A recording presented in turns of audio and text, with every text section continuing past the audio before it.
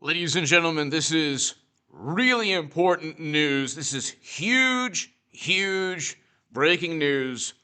The special counsel, John Durham, a special counsel, okay, independent of the Justice Department in many ways, okay?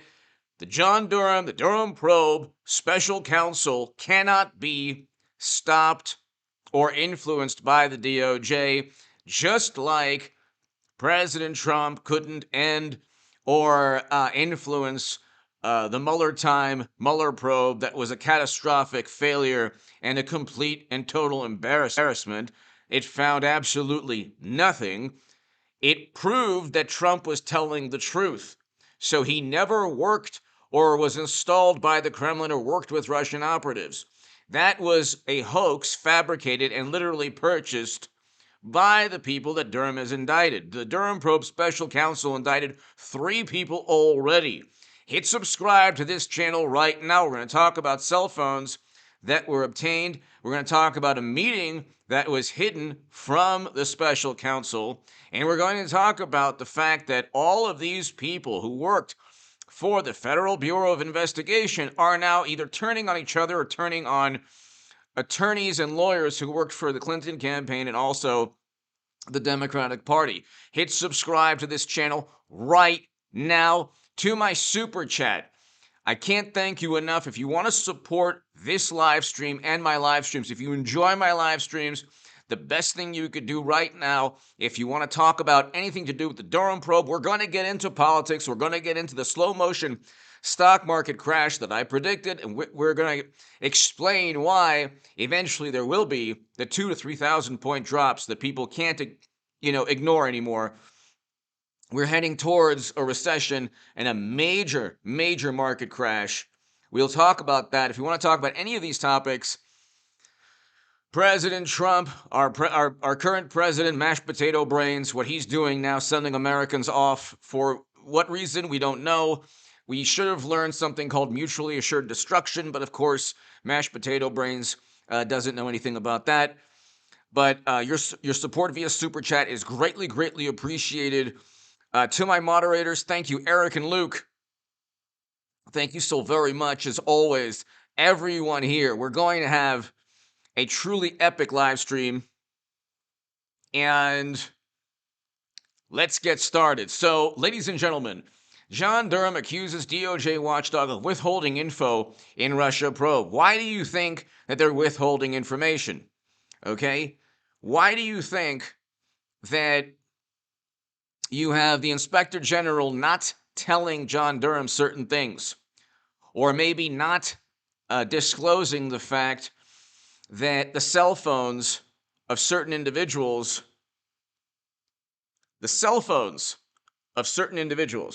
okay, were hidden from the special counsel. So you have a situation where cell phones were obtained and eventually hidden from the special counsel. Okay, this is very bad. Very bad, not good. All right, hold on one second. Let me know if there's some buffering, ladies and gentlemen. Sorry about that. But let's just read this really quickly. So everyone here, thank you so very much. Rinsler, Paul, Eric, David, everybody here. Thank you, Kristen, Ricarda. Thanks everybody for showing up on this live stream. I'm going to try to go for as long as possible tonight. John Durham accuses DOJ watchdog of withholding info in Russia probe. Special counsel John Durham is alleging the Justice Department internal watchdog has held back information relevant to Durham's probe into the origins of the FBI's Trump-Russia investigation. They do not want, ladies and gentlemen, they do not want. The government set up and framed Trump. This is pretty obvious. This is not the first time something like this was attempted, but it's probably the only time it was done in such an overt and flagrant manner. They didn't like Trump. He defeated Madam Secretary despite apoplectic media coverage. And then they said, well, we don't have anything on this man. What can we do to get something to what can we do to ensure that we have control over his administration? So they purchased a Steele dossier. They then investigated people around Trump under absurd suspicion, not any evidence of wrongdoing, but suspicion. That's it. That's all they did was they went after Trump on the basis of suspicion that was fostered by information that they purchased. Part of the people, like the person indicted now, Sussmann, he helped further a Steele dossier myth. Okay, the Steele dossier was purchased by Clinton and the DNC. It was literally purchased. The myth, the Trump-Russia myth, was purchased. They bought their own myth. Okay, usually myths are created, in other ways, but in this situation, they actually purchased their own myth. But here, let's just get to this. John Durham, in a court filing last week that updated the discovery process and requested more time to produce materials in the case of Democratic lawyer Michael Sussmann, Durham claimed that the DOJ Office of Inspector General had not informed him that the Inspector General Michael Horowitz met with Sussmann in March of 2017. Why is a DOJ Inspector General, okay? So right here, this is very important. The Office of Inspector General had not previously informed the Special Counsel's office of this meeting. Why on earth did the Inspector General meet with a person who was eventually indicted? Okay, the reason is because the Inspector General was there for one purpose. Michael Horowitz was there for one purpose. And the purpose was to legitimize all the horrible things that government officials did to Trump. They hid behind bureaucracy. It's not difficult. John Durham has already put a former bureau official in prison. He's already sent him to prison as a prosecutor before in Boston. There's a government official, John Connolly, a top FBI official in Boston, okay, who basically became part of a criminal organization. The criminal organization, they served as informants, but he had a very close relationship with these informants. He would tip them off and protect them, okay, or the criminal organization that he referred to as informants, he protected and eventually became a criminal himself. And he stood behind his post as a top FBI official in Boston. Nobody could really accuse him of anything because he was a top bureau official. Okay, but Durham understood that he was utilizing his bureaucratic post, to further goals and objectives that had nothing to do with protecting the public. Okay, he was engaged in illegal activity, but he was doing so through initially legal means. The illegal activity that he was engaged in, this man John Connolly, sorry. So this was really quickly.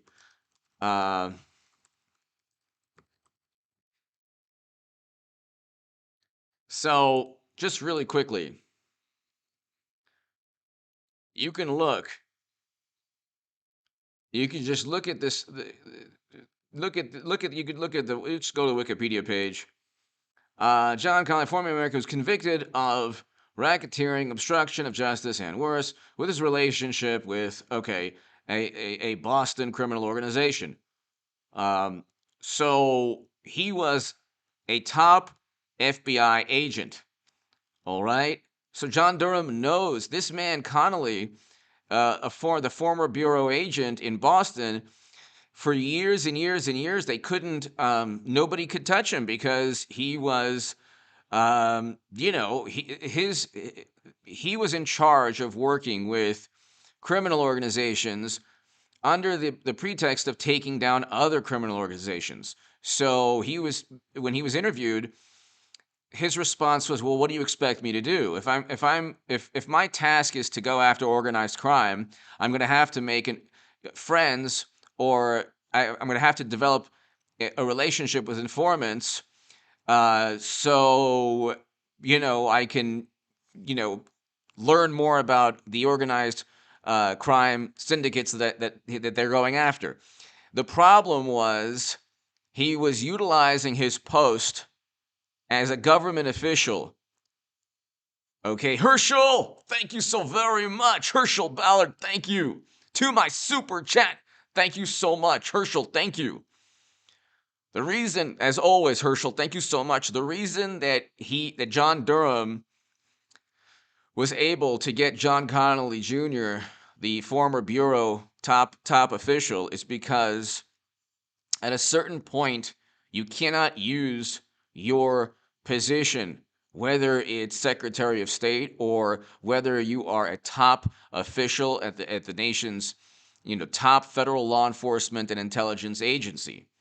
You can't use your post, your bureaucratic post, to go after political opponents or to enrich yourself or to become a criminal yourself. Okay? So when people say, well, nothing's going to happen, the Durham probe does not have media support. I'm one of the few people talking about the Durham probe on YouTube. Okay? It's a special counsel. It's not an absurd message board hoax that I warned people about. That was almost certainly started by a Democratic operative. Okay? If somebody ate a donut, there were certain people, years back, if somebody ate a donut, and then, oh my God, look, that it's in the shape of a certain letter. It's like, that was an absurd message board, almost certainly started by Democratic operatives, the same types of people who were kicked out, who were forced to resign in 2016 for fomenting violence in Trump rallies.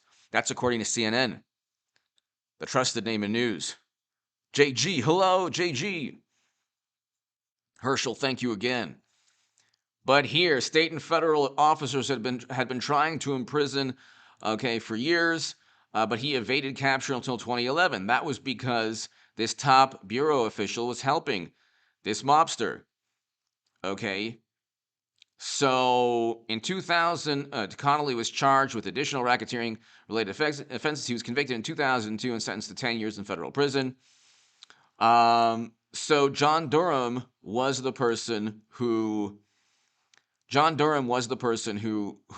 sent this top bureau official to prison. Okay, so when people say, well, nothing's ever going to happen, it takes time. Ladies and gentlemen, it takes time.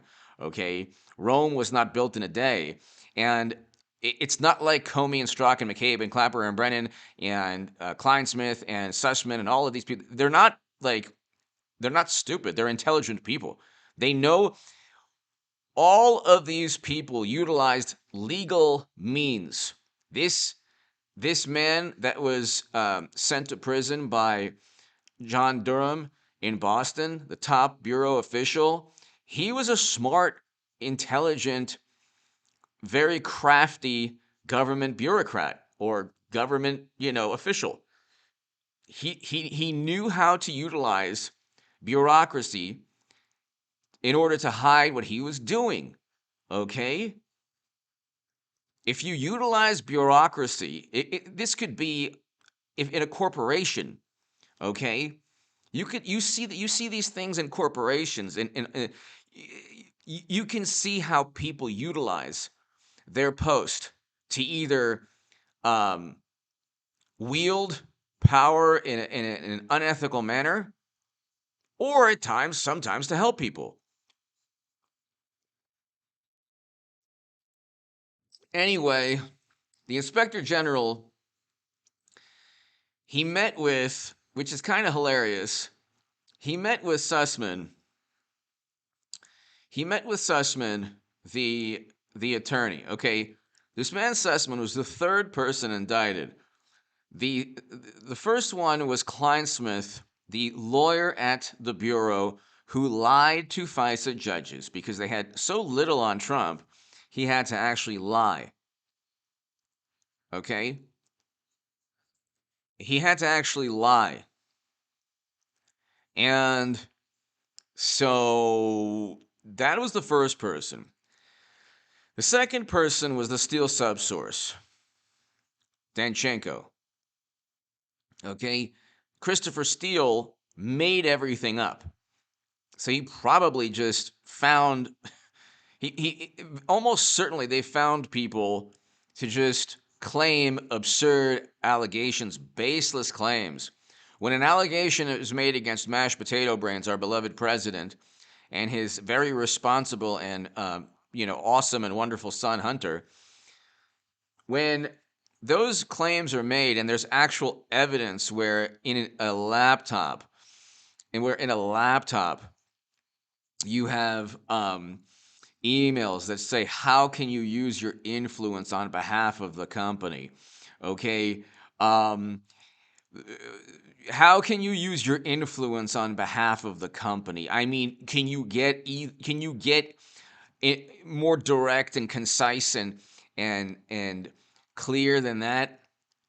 10% to the big man. Okay, so all of these emails were incriminating. We couldn't talk about them because it was called Russian interference or Russia. They just blame Putin for everything. All of their corruption, they blame, and then they say, well, the intelligence agencies say, well, the intelligence agencies are making things up.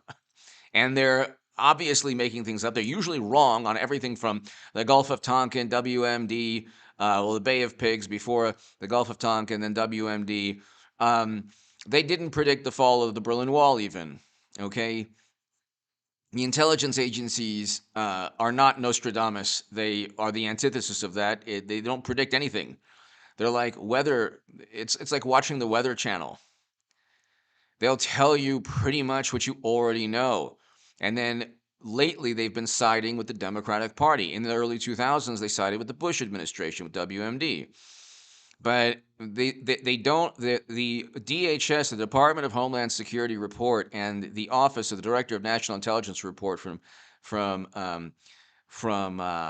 Clapper, and John Brennan.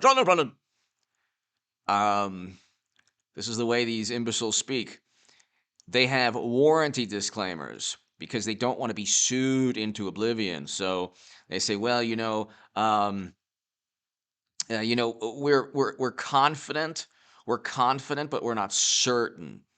So the confidence level of an intelligence operative is meaningless and should not count for anything. But of course, if Democrats say, well, you know what, Trump, he worked with Russia. How do we know? Because John Brennan and Clapper and Comey and Strzok and McCabe, they have a hunch. They believe it to be true. Well, then there you go. You have an incoming president dealing with something that's unprecedented. Okay, now you have Michael Horowitz meeting with Sussmann. This man Sussmann worked with all of these top attorneys who are working on voting rights issues, and they're working on a whole bunch of things. They're Democratic Party lawyers and attorneys. They're trying to utilize the law to benefit their political party. That's what they're there for. The problem was this man Sussmann utilized the law, but forgot to tell apparently the FBI that he was working for Clinton and for the Democrats. He did not specifically state that. According to the indictment, which is hilarious, he deceived James Baker, the Bureau legal counsel, into thinking he was simply a good citizen. Okay? This is the hilarious part of everything. We are to believe that the nation's top law enforcement agency truly believed this attorney that worked for a Clinton-linked law firm that everyone in D.C. knew was tied directly to the Democratic Party. We're supposed to believe that the top legal counsel didn't know that when this man Sussmann was actually relaying information on the absurd, completely fabricated Alpha Bank nonsense story where Trump was communicating with Putin through a server, and he was communicating from Trump Tower to a bank in Moscow. That was a completely fabricated story. They found out the communication of the information was just like marketing research from like this internet marketing campaign. It had nothing to do with the communication. The whole thing was fabricated and made up. It was completely contrived, fabricated, made up. It was a fantasy that they sold simply as a pretext to continue to investigate Trump. They couldn't just simply say, "Oh, well, we're going to investigate Trump. We don't like him." They can't just say that. I mean, they can't just say, "We don't like Trump. We're going to investigate him." That's it. That's not how. That's not how it works. That's not how it works. Okay, you can't just go ahead and say that. What the problem is, they needed a pretext. So here, the inspector general knew all of this, but of course couldn't really put two and two together because it would make the entire United States government look really, really, really, really, really bad. So of course, of course, he said he actually didn't even disclose the information. So OIG had not previously informed the special counsel's office of this meeting with the defendant, reads the filing, which notes that Sussmann and Horowitz met to discuss claims by client Sussmann that the OIG employee was connecting their computer to a virtual private network in a foreign country. Well, okay. Then in December of last year, Durham said the OIG had turned over a forensic report that stated, quote, it had no other file or other documentation relating to the matter. This, of course, was not true. The filing said Sussmann Horowitz meeting has, quote, potential relevance to the charges at hand. Well, of course it does. If the Inspector General of the Department of Justice, if he's meeting with an attorney that's eventually indicted, well, then obviously the special counsel John Durham needs to know what they said, what they talked about within that meeting. Okay, this is not rocket science, ladies and gentlemen. It's pretty easy. It's not rocket science. Everybody knows what's going on. They're covering their tracks. And they don't want to get caught, and they're covering the tracks. They don't want to get caught. They're abandoning ship, and they're all turning on each other. And I didn't know anything. Oh, well, did you know something? I didn't know. We met. It was a little coffee. They made a coffee. Doesn't matter. It doesn't matter. Sussmann was indicted in September 2021 on charge of making false statements to then FBI General Counsel James Baker in September 2016. Okay, here's something in defense of Sussmann. I'm actually going to defend the Clinton-linked attorney, okay? I am actually, of all people, going to defend the Clintons, or I should say the Clinton-linked attorney. He did not lie. You want to hear something funny? Okay, he didn't lie. If he just tells the truth to the special counsel, or if he spills the beans, if he flips and sings, remember they were saying, oh, Michael Avenatti and Stormy, flip and sing, and the Mueller probe flip and sing. No. This man Sussmann, if he flips and sings and he explains to everybody, if he explains to the court that, oh yeah, not only did I not lie, because it would be impossible for Sussmann to have lied. Why? Because everyone at the Bureau, everyone working under James Comey wanted Trump out of office. So nobody could have lied. This man, Michael Sussmann, is unfortunately caught within a web of deceit that he helped build. But the problem is, this charge actually, he might be guilty of other things, but he didn't make false statements to the FBI. The FBI, James Baker was in on it. They were all in on it. They knew that they were being fed lies and deceitful statements and false allegations and baseless claims. They all knew. They didn't care. They just wanted, all they wanted was All they wanted was all they wanted was a pretext. That's all they wanted. That's all they wanted was a pretext. They didn't care if the information was true or not. They knew it wasn't true. That they knew the Steele dossier wasn't true. They knew that even before the Mueller probe started, James Clapper told Chuck Todd, we don't have any evidence of Trump-Russia collusion at the moment. No evidence. And then Chuck Todd, the intrepid imbecile, says, "If you had evidence, would you keep it from us?" And then James Clapper said, "Oh no, if we had the evidence, you would find out. You would find out right now." And so there was never any evidence. They never had any evidence. But with Trump, you don't need evidence to make baseless claims. With Biden, you can actually have, with mashed potato brains and his son, you can actually have emails that are incriminating. You can actually have statements saying, "Oh, please, thank your father, the vice president, for meeting us. We're very wealthy foreign nationals who want access into the United States government. How can you use your influence on behalf of the company?" Which is almost verbatim within one of those emails. Okay, it's literally there. Okay, and then there's another email. Thank you for introducing us to your father. It was an honor. Okay, this is the vice president. The vice president of the United States of America is meeting people. Okay, we have those emails, but guess what? It doesn't resonate. It doesn't get through the minds of the wonderful, intrepid reporters and media. They only care about what harms Trump.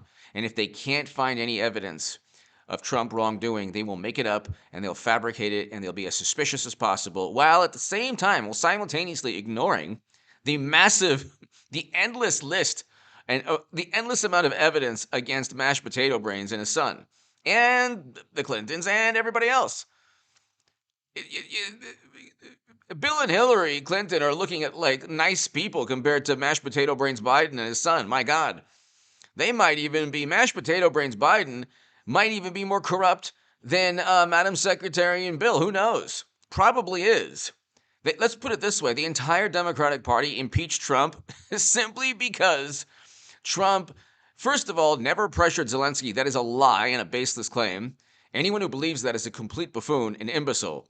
There's no evidence at all. In fact, President Zelensky himself, the same president who wants to join NATO, that NATO said no, and President Biden said no, basically said no. But then Biden said, "Oh, we'll fight Russian aggressions." Like, you know what? Ukraine is put in a bad situation because of people like mashed potato brains Biden, because of people like, because of NATO put Ukraine in a bad situation. Ukraine should not be in the situation it's in. Okay, it should not be in the situation that it's in. Let's see. Hold on one second. Sorry about that, ladies and gentlemen.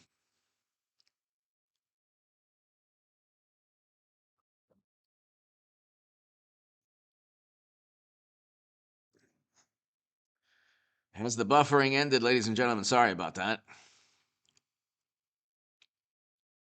Was there buffering just now, ladies and gentlemen?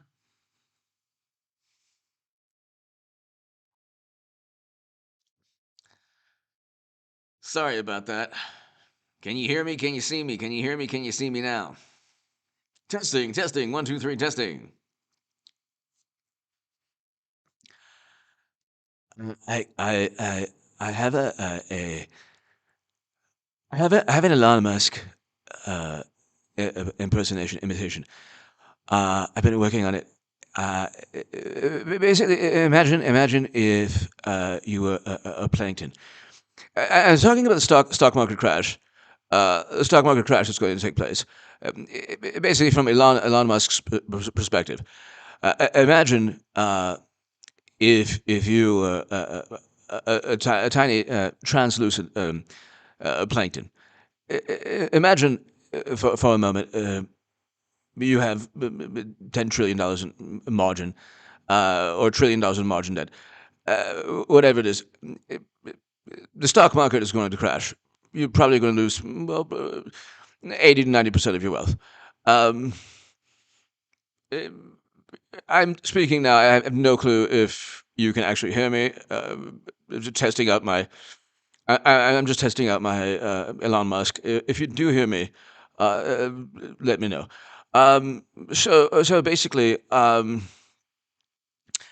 we're going to have a stock market crash. It's not going to be catastrophic. Probably 80, 90% of your wealth completely evaporated.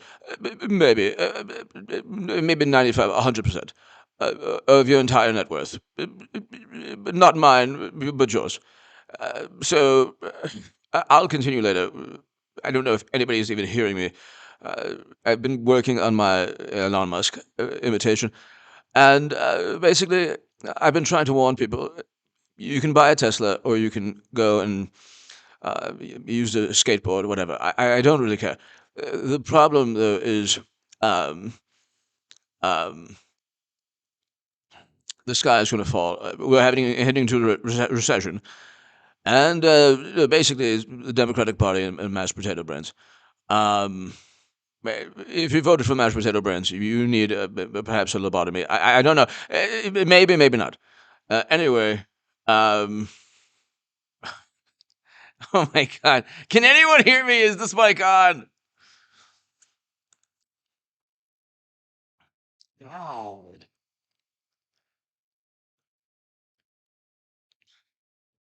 I don't even know if I was talking to myself, man.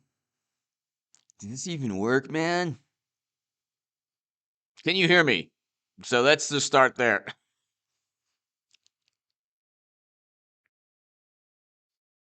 Papa, can you hear me? Is this mic on? I'm just gonna Jeffrey Tubin right now because I don't know if I'm I might just Jeffrey Tubin. I don't know. It possibly could be. Thank you, Alice. Alice, thank you so much.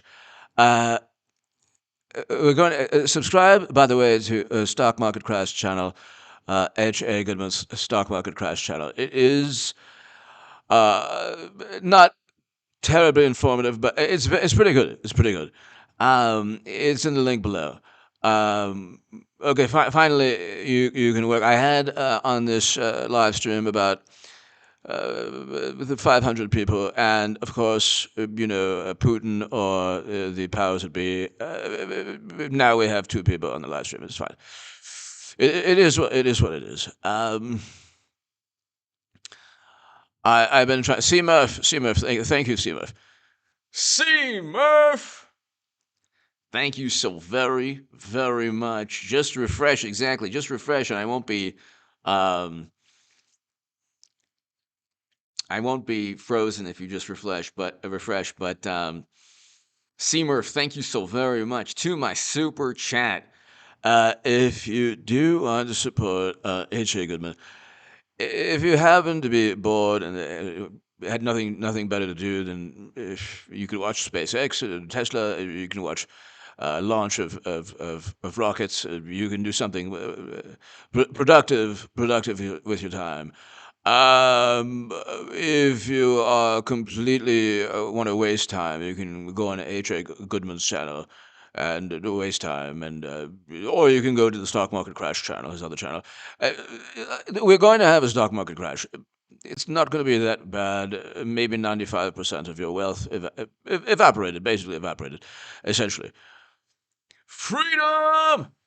Freedom Autopsy Report, thank you. We are here. Thank you so much, Freedom. Thank you.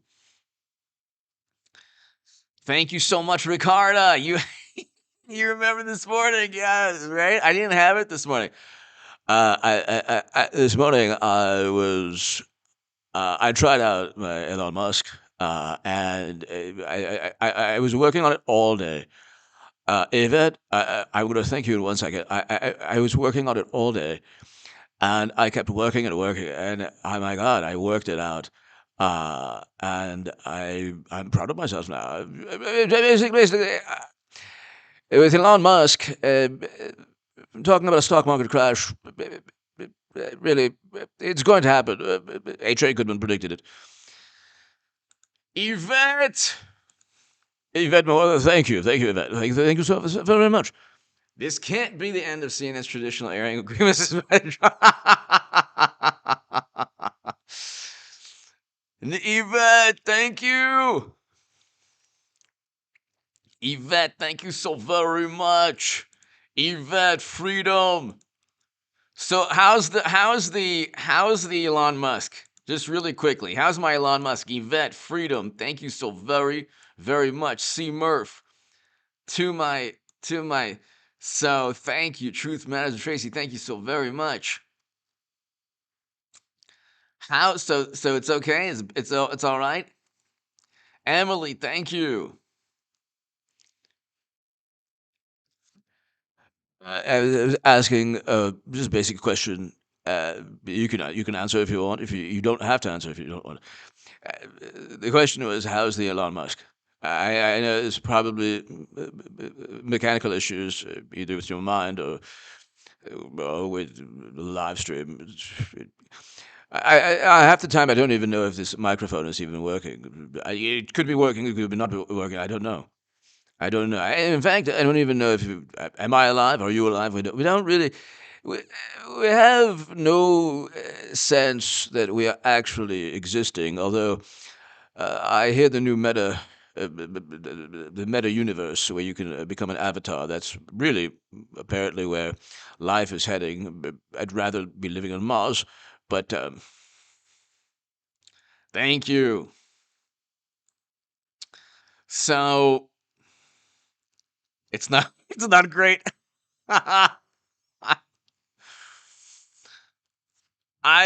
You got to give me a little. It's better. It's better than this morning. So Ricardo's right. It is better than this morning. Get back to the news. I'm getting back to the news. No. Thank you, Seven Trip. Thank you.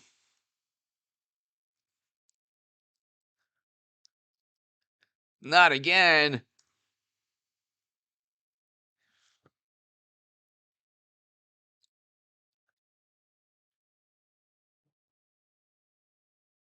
Thank you, Sarah. Thank you so very much. Sorry about that.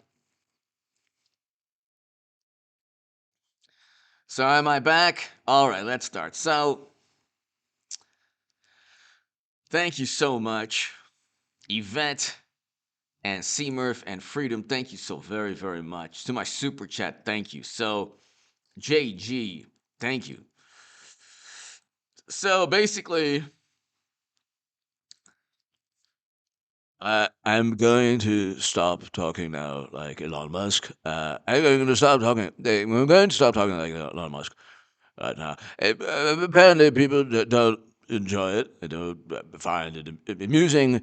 I find it amusing. I think that there's some value to it, especially if you listen to an imbecile like H.A. Goodman. You obviously have free time on your hands, but we'll get back to the Durham probe, special counsel. How's that? Life on Mars, and a planet that's decaying and basically won't be in existence because mashed potato brain sock puppet Biden basically weekend at Bernie's every day. Weekend at Bernie's. Again, I've been trying to warn people periodically. Doesn't work. On social media doesn't work. I told everyone mashed potato brains will basically destroy the economy and maybe the planet itself. So no. Let's get back to the Durham probe. No. We can't have any more of a poor imitation by H.A. Badman. It's annoying. People, they have better things to do than listen to me pretending to be someone else. I'm going now. I'm going now. I'm going. Diane Stewart, your impression of Mitch McConnell makes you. Diane. Diane Stewart. Diane, when I think of you, Diane Stewart, Mitch McConnell. I just want to thank you, Diane, and the people of Kentucky. Thank you. The people of Kentucky, thank you so very much. Thank you, Diane Stewart. Thank you for being a patriot and a good American. And thank you so very much. Diane, thank you. Rinsler! Diana West covered a lot of Comey, Brennan, and the rest in her book, The Red Thread, about a year and a half ago when Mueller was big news. I think Dan Bongino also. Yes, Dan Bongino also. Yes, Rinsler. He has a couple. He has Benny V406. Thank you. Emily, thank you. Yeah, he did a lot of work. He did a lot of work. Diane, thank you. He did a lot of work. And Dan Bongino is awesome. He is awesome. Very, very, very good. Diane Stewart, thank you so very much. Diane Stewart, the people of Kentucky. The people of Kentucky, thank you. And from the bottom of my heart, Diane. Now I'm trying getting my Elon Musk mixed up with McConnell. Mr. McConnell. Diane, thank you so very much for your support of H.A. Batman. Thank you. I'm getting it all mixed up now. Thank you so much, Diane. Thank you. People find me very attractive, especially when I work out. I have a workout DVD. It's in Kentucky. I'll send it to everybody. Thank you so very much to my super chat. Thank you. Thank you. Let's go. Hey, Yvette, you know nothing. Thank you. So, thank you so very, very much. So, all right. So, let's continue. Let's continue. Let us continue.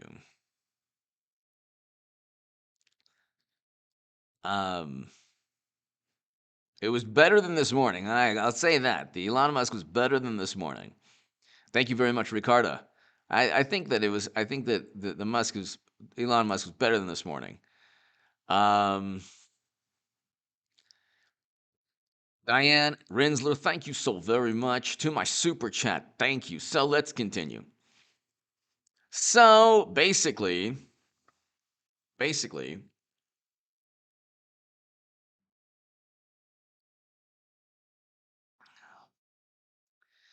Durham's office further revealed last week, filing that it had discovered in early January that the OIG had 2 of Baker's cell phones, along with forensic reports analyzing them. So they had the cell phones of the top bureau official who met with Sussmann. And by the way, if you were the indicted attorney at the Clinton Link law firm, you want those cell phones to be, well, who knows? I mean, you might not want those cell phones. You might not want the cell phones to be, you might not want the contents of the cell phones to be disclosed, but you could very well, I mean, it could help you. Okay, it could help you. Because, I mean, they think that initially, well, we're going to hide these. JG, hello. We're going to hide these phones because we don't want the special counsel to find out,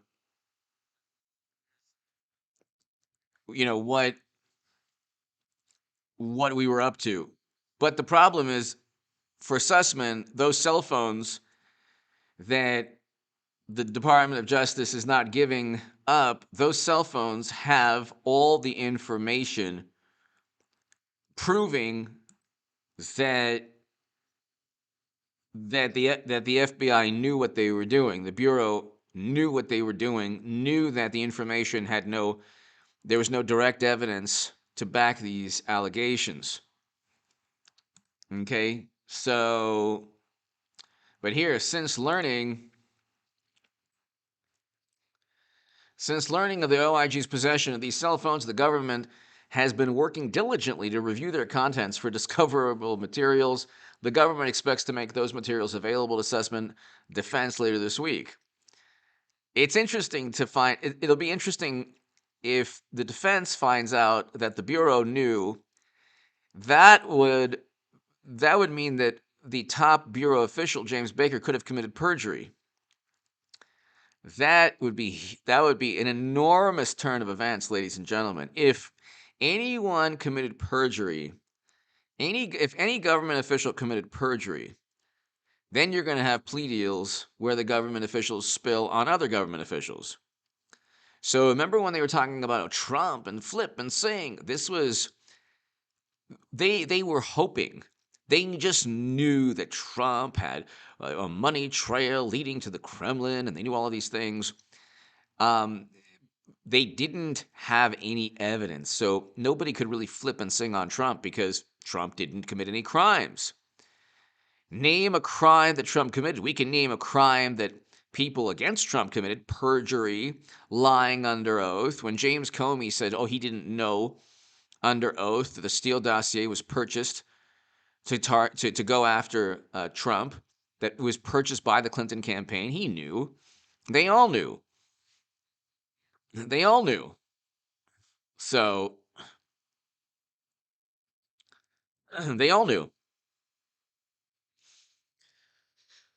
But here, later in the day, Durham's office submitted an additional filing clarifying the OIG had requested custody of a number of FBI cell phones, including 2 owned by Baker in 2018. The supplemental filing added the OIG had held a conference call with Durham in which the cell phones were likely discussed.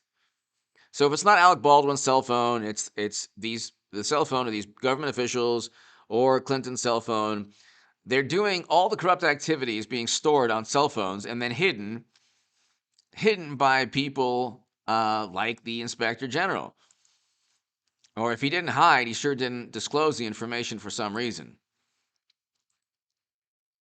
And if somebody came across this live stream, they wouldn't know what the heck I'm talking about because it's not really discussed in the news. You would have to know the backstory, understand everything, understand that this was a setup, and government officials set up and framed Trump. And now Durham is tasked with peeling layers of a whole bunch of very corrupt, endeavors. They didn't set up Trump with just one accusation. It was a whole long list of endless, baseless claims leveled at him. A supplemental filing added that the OIG had held a conference call with Durham in which the cell phones were likely discussed. So that's funny. So they say that, we didn't give you the cell phones, but we talked about it in a conference call. Special Counsel Durham has no recollection of that conference call, nor does Special Counsel Durham currently recall knowing the OIG's possession of the former Bureau General Counsel's cell phones before January of 2022. So they're trying to gaslight the Durham probe, which is kind of hilarious. Okay, they're actually trying to deceive. And they're trying to say, we talked about it. We talked about the cell phones that we didn't give you. Don't you remember? Don't you remember that time that we talked about those cell phones that we did not give you? Don't you remember that time? And so that's really funny. Additionally, the initial court filing revealed the OIG had told Durham's office last month that it would be extremely burdensome, if not impossible, to fulfill a discovery request for all documents, records, and info Sussmann related to Sussmann and his allegations against the Trump organization. Why would that be so difficult?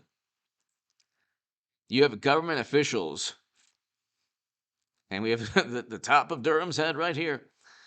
As a result of new information, Durham requested the court to allow his team to produce limited residual discovery on or before March 18, 2022. The request was granted last Friday. The government will nevertheless endeavor to produce such material well in advance of that date, he wrote. The government also will consent to being to the filing by the defense of any additional or supplemental motions that are based on or prompted by the government's residual discovery. And then you get people who are like, well, Sessions appointed Durham. No, he didn't. William Barr did. Oops. Oopsie. William Barr did. Former Attorney General William Barr appointed Durham in 2019. Then they say, oh, he hasn't done anything. He indicted 3 people, ladies and gentlemen. He's indicted 3 people. Okay.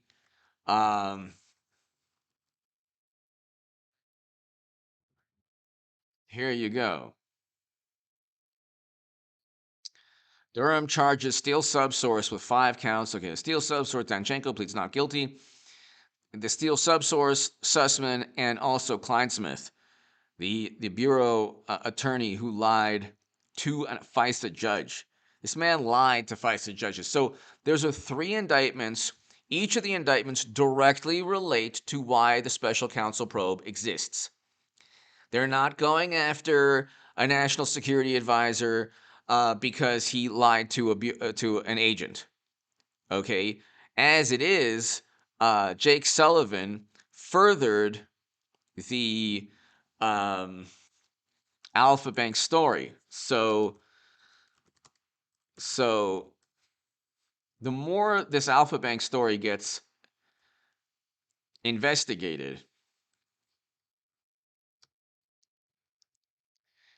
Jake Sullivan pushed Alpha Bank claim at center of Durham's investigation.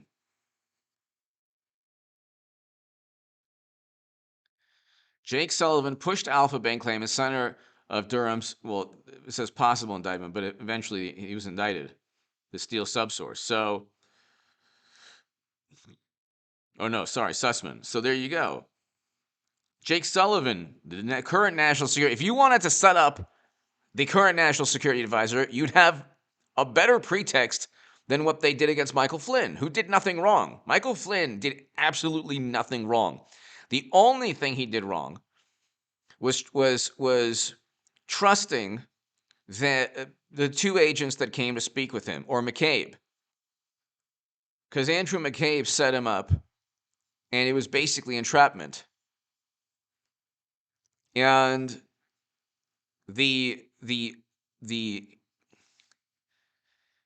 meetings between these agents are not recorded. So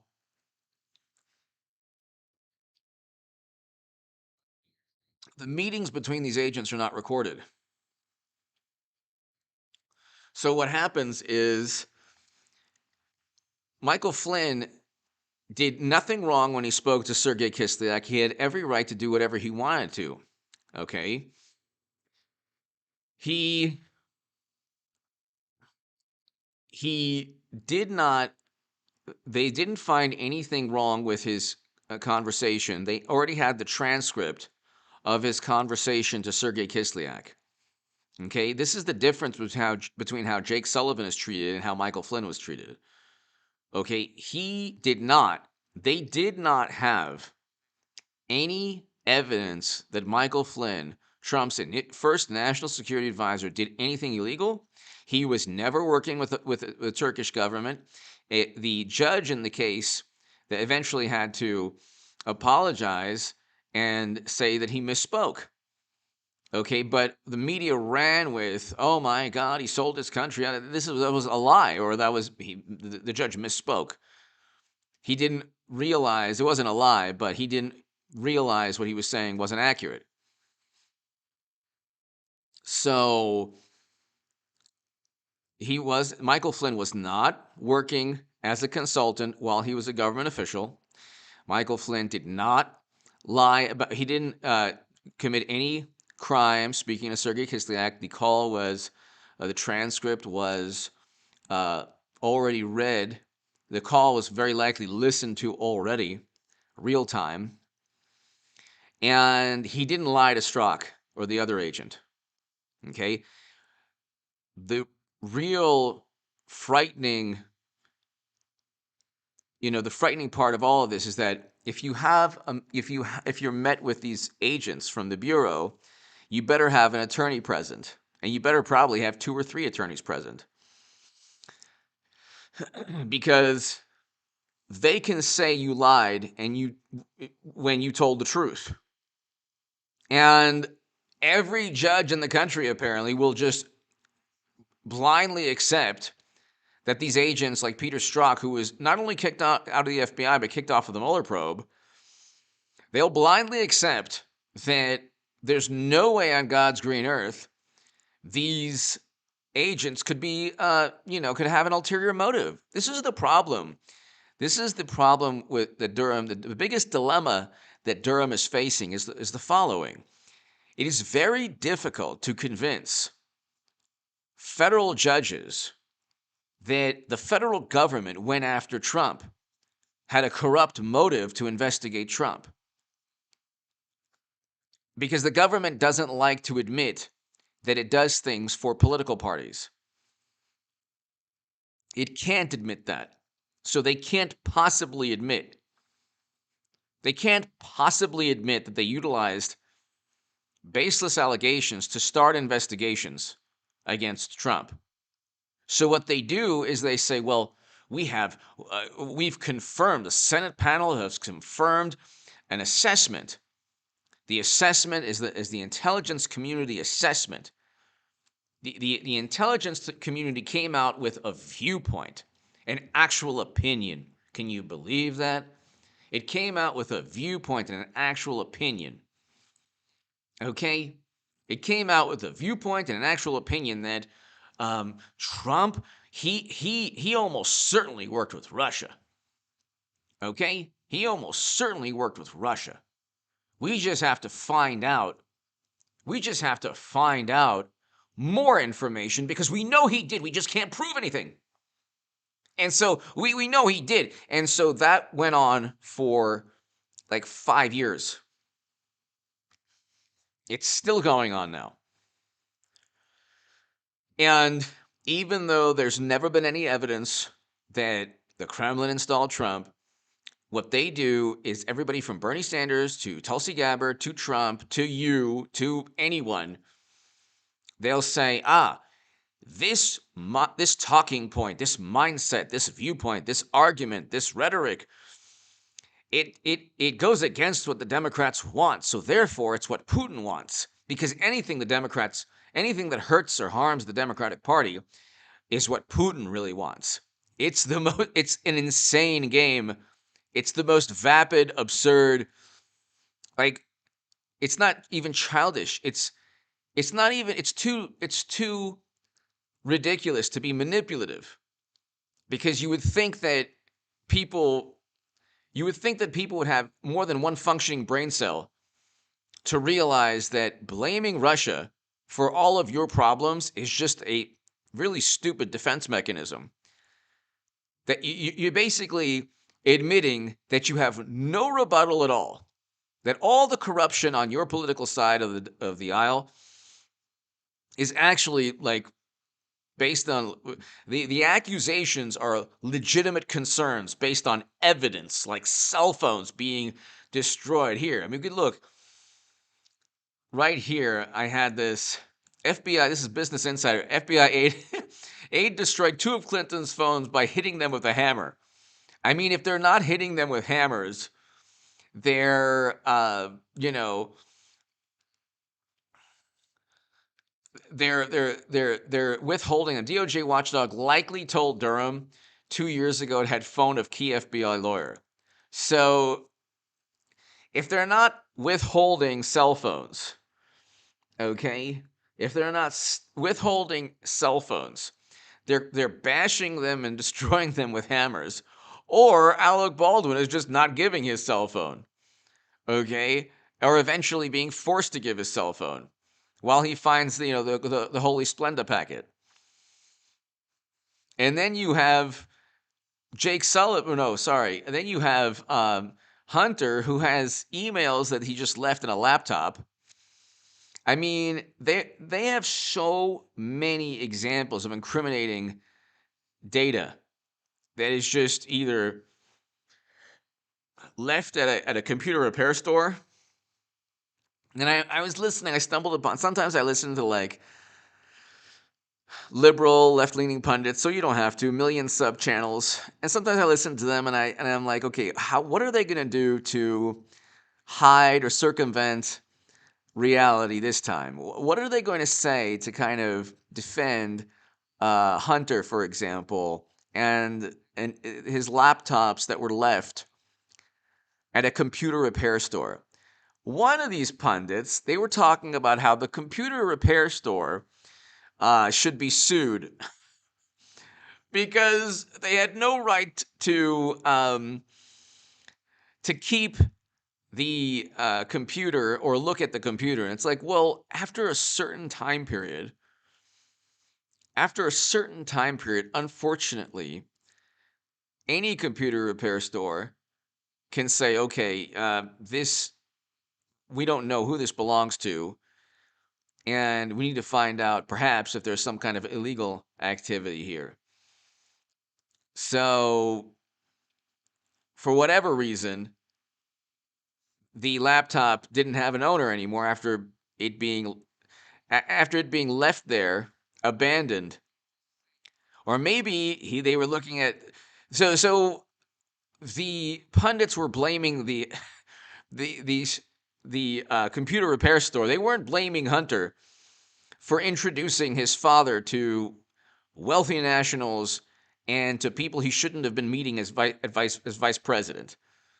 They weren't blaming Hunter for making millions of dollars in a corrupt energy firm, while his father is saying, you better, his father is forcing out a prosecutor and withholding $1 billion. And then, of course, all of media says, no, he was doing that for the benefit of the country. You can't make this up. So at a certain point, the computer repair store owns whatever it is you left there forever. Unfortunately, that's what takes place. Don't leave your laptop there forever. And if you do, make sure the laptop doesn't have incriminating photos. I mean, could you imagine Jimmy Kimmel and Trevor Noah and John Oliver and all of late night? Could you imagine all of late night Saturday Night Live if those photos and videos that we can't even talk about because of YouTube guidelines, could you imagine if those photos and videos had Eric Trump or Donald Trump Jr.? Could you imagine? It would be endless discussion. But right before November of 2 years ago, we couldn't talk about that. Okay? We just could not talk about that. So here, you have Chuck Grassley. Chuck Grassley. It is a joyous occasion. Today is a joyous occasion. Chuck Grassley, we are here to nominate Brett Kavanaugh for a Supreme Court nominee. And I'm going all over the place. But the day one of the Kavanaugh hearings was kind of hilarious because he didn't realize that they would become their usual apoplectic selves and go after Kavanaugh in a way that they would never go after any Democratic nominee. You did something 30 years ago, someplace, something happened. We need the FBI to take a time machine back and go back in time and find out. No evidence, nothing, just claims that had less evidence than the claims made against Biden. But of course, we have a complete double standard. But it was kind of funny because he was like, this is a joyous occasion. This is a really joyous occasion. And it turned into something that was not joyous. But anyway, FBI releases members of Mueller team repeatedly wiped phones. So They do this all the time. They do this all the time. Senator Chuck Grassley. I do. Who's that senator? I think it's from. Hold on. Senator, I think it was from Connecticut. Oh, you're Chuck Grassley. You stole my girl in 1929, right before this market crashed. You're going to have one rivaling that very soon. Hold on 1 second. Oh no, Leahy, Vermont. Patrick Leahy. You don't even know what's coming.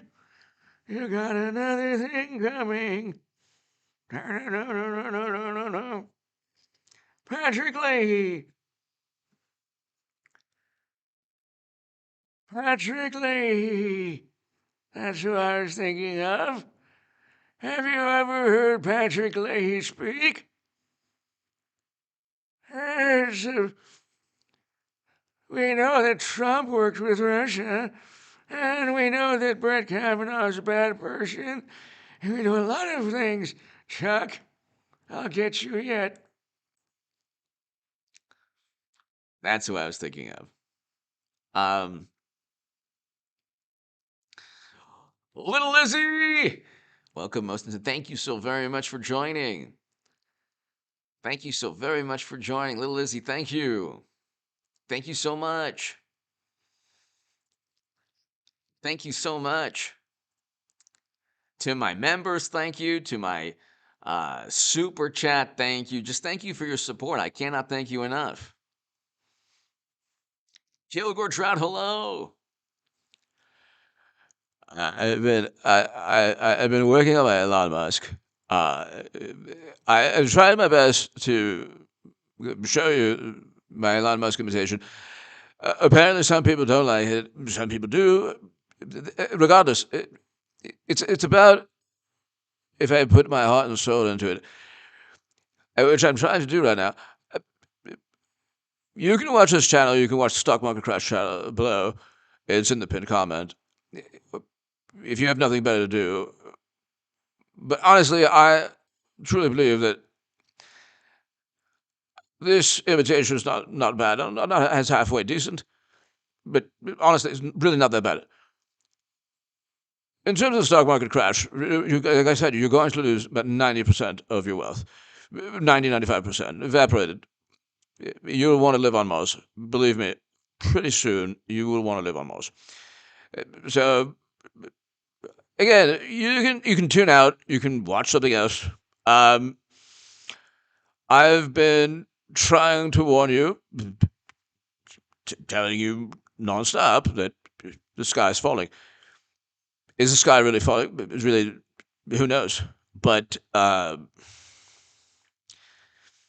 you can give more of your support via super chat. It's whatever. It's not. Look, he's not going to get $60 billion via super chat. Right, he's going to get a little money to live, basic necessities. H.A. Goodman perhaps lives on the street. Who knows? Super chat support could help him. Maybe some cat food. It really doesn't matter what. The man's an imbecile anyway. It really is annoying. H.A. Badman is an annoying individual. He's really not funny, not even intelligent. Again, I watch him sometimes because I feel sorry for him. I do feel sorry for him. He has no life. No really life at all. But again, there's no life on Mars, so, you know. Emily, thank you so much. Emily, you have been so kind with your words, and everybody here, thank you. Just for enjoying, my attempt at humor, lack thereof humor. I'm going to go now. You can continue with your bogus, absurd Mitch McConnell imitations. like thank you. Like I said, the stock market crash that he keeps talking about under mashed potato brands, Biden, who is essentially I would say damp, wet, you could say noodle, wet noodle, or wet sock. We don't want to talk about. We don't really want to talk about how the sock got moist. Just don't watch Jeffrey Tubin anymore. Just honestly, really don't. When I said wet sock, damp sock, I didn't mean anything like that. But anyway, I'm gonna go. 95 to 96% of your wealth would be pretty much evaporated. We won't have any more wealth anymore. That is fine. We will start over. But anyway, I'm gonna go now. I'm gonna go now. Okay, bye. Oh, ladies and gentlemen, this is a guilty pleasure that apparently only I enjoy. as certain people here who are so kind enjoy. But Lisa, thank you. So .com, thank you. Ray, thank you. Everybody here. So Alice, thank you. So let's see. Really quickly. Um, I am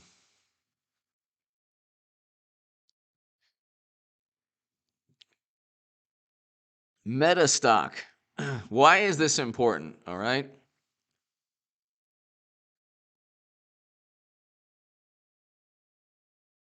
When you have these companies, this is why we're heading towards we're already seeing a slow motion stock market crash, but really quickly, just shifting gears for a second. I have been telling everybody, and this is going to come as a surprise and a shock to the morally superior liberal pundits on YouTube and in media. Elizabeth Warren, who failed her DNA test.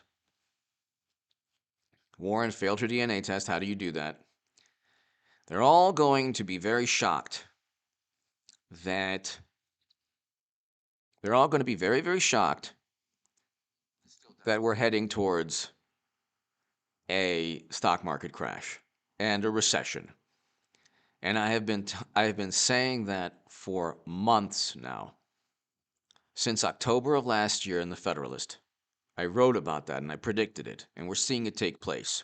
And haven't I, ladies and gentlemen, haven't I been telling you things are going to get worse? And like I said, always focus on love, happiness, joy, laughter, success for your life. God bless you. If you're watching this, God bless you. And our country going to you know where in a handbasket should not affect your personal life. But be prepared. Ladies and gentlemen, be prepared. We have mashed potato brains at the helm. We could have another Cuban Missile Crisis tomorrow. We can have, well, it will be like 2008 and 2000. And media will do every single thing possible to protect mashed potato brains and his completely inept administration. But I've been saying things are going to get worse. There are people out there who don't believe. Like Jim Cramer at CNBC is kind of hilarious. 2 days in a row, he's like, yeah, PayPal, good. And then PayPal tanks. He's like, oh, yeah, Facebook. We're going to buy Facebook. And that tanks also. So he's basically a monumental 0 for 2 in the past week. He basically struck out with bases loaded in the bottom of the ninth, 2 outs, 3-2 count. And then he struck out again, bases loaded, bottom of the ninth, 2 outs, and 3-2 count. Speaking of, it's very interesting. This was like 20 years ago. I was in Chicago. and I visited Wrigley Field for 2 games. And it's beautiful, like really beautiful. Like Wrigley Field is awesome. And speaking of baseball really quickly, I went to one game, the Cubs lost. Then the next game I didn't go to, and Sammy Sosa hit a home run bottom of the 9th to win the game. Then I went to the game right after that one, and the Cubs lost.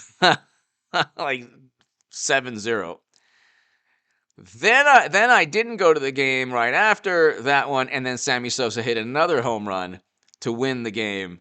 I literally timed it perfectly to where I just didn't see them win 2 games. But anyway, speaking of baseball, there's one analyst who said, a couple of them, no. Record profits, it's all about record profits. And companies are experiencing record profits, so we're not going to have that stock market crash that people are talking about. The reason that companies are experiencing, or the reason we have record corporate profits is because of $10 trillion in stimulus and interest rates being so low. The interest rates are going to be going up about 3 times this year. Okay? The stimulus and the monetary and fiscal stimulus is no longer going to be there. Then you have inflation that's rampant. And inflation is not going to be lowered simply by raising interest rates. Why? Because you have a supply chain breakdown. Then they say, well, those bottlenecks will eventually be addressed. It's getting worse. It's not getting better, it's getting worse. It's getting worse. And then they say, well, you know what? We have a maximum full employment, not in key industries. Not in the industries you need, qualified, experienced people like trucking. God bless the truckers in Canada and the US and around the world. And at the docks, you could see what's taking place in Southern California. Okay? You have all of this supply chain breakdown. The consumer price of fertilizer is 200% more expensive. All right? Everything is more expensive, and it's only the demand and supply, the demand for oil and gas and natural gas and coal is through the roof. If or when Russia invades Ukraine, you're going to have over $100 per barrel oil. The record for oil is about $142, $145. Joe Boxer, that's right. Jobs report tomorrow is going to be a nightmare. Exactly. How many ADP expected to hire 200,000 plus people? They actually lost over 300,000. Wow. Wow, it will be a nightmare. Joe Boxer, thank you. Joe Boxer, thank you. Yeah, it will be. Unfortunately, it will be a nightmare. Unfortunately. Joe, this is a nightmare. It's a catastrophe. People have suffered so much. People have suffered economically so much. Everybody has had a downturn. Everybody has experienced this self-induced wound perpetuated by the morally superior and highly educated imbeciles and buffoons and maniacs. Highly educated maniacs who, of course, were experts in their field, but were not economists. Joe, thank you so very much to my super chat. Thank you, Joe.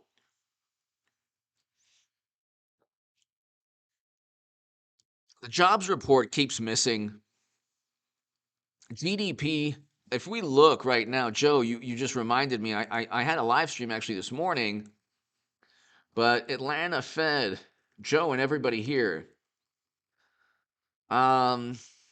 if you look, ladies and gentlemen, the Atlanta Fed, 2022,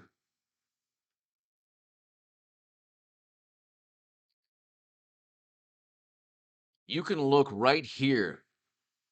So Joe and everybody here, I mean, this is huge. This is not huge in a good way, but this is catastrophic. They have an estimate of 0.2%. By the way, Elon Musk, I've told everybody that there's going to be a recession. There's going to be a recession this year, probably like 2022, or latest 2023. So it'll happen under mashed potato brands. But I've been telling people, nobody listens. It's almost as if this microphone is not on. So 0.1% growth. The economy is contracting. Joe Boxer, thank you. The economy is contracting. Energy bills are soaring. Energy bills, food costs. Why would, at this point right now, why would an increase in interest rates decrease or stop inflation? There are economists saying you would have to increase interest rates 6 to 7 times in the next year and a half, which ain't going to happen, for it to make a dent. What's going to happen, ladies and gentlemen, and this is why this is going to be a catastrophe either later this year or the middle of this year or next week, because we don't know how many hedge funds are going to go under because of derivatives that they purchased on margin. We don't know how many banks are going to incur billions of dollars in losses. We don't know what the catalyst will be for a financial meltdown. But it's right there. You can't inflate the economy. So people say, oh, well, all of this doom and gloom, there's no reason for doom and gloom. Look, this record corporate profits. Those record corporate profits are not going to take place when the supply chain breakdown gets worse. The supply chain issues are getting worse. They're not getting better. Inflation is getting worse. It's not getting better. And if you've inflated the market, everything is overvalued, and you're going to increase interest rates, that's not priced in. They say, well, the market already priced that in. Well, then you'd never have a crash.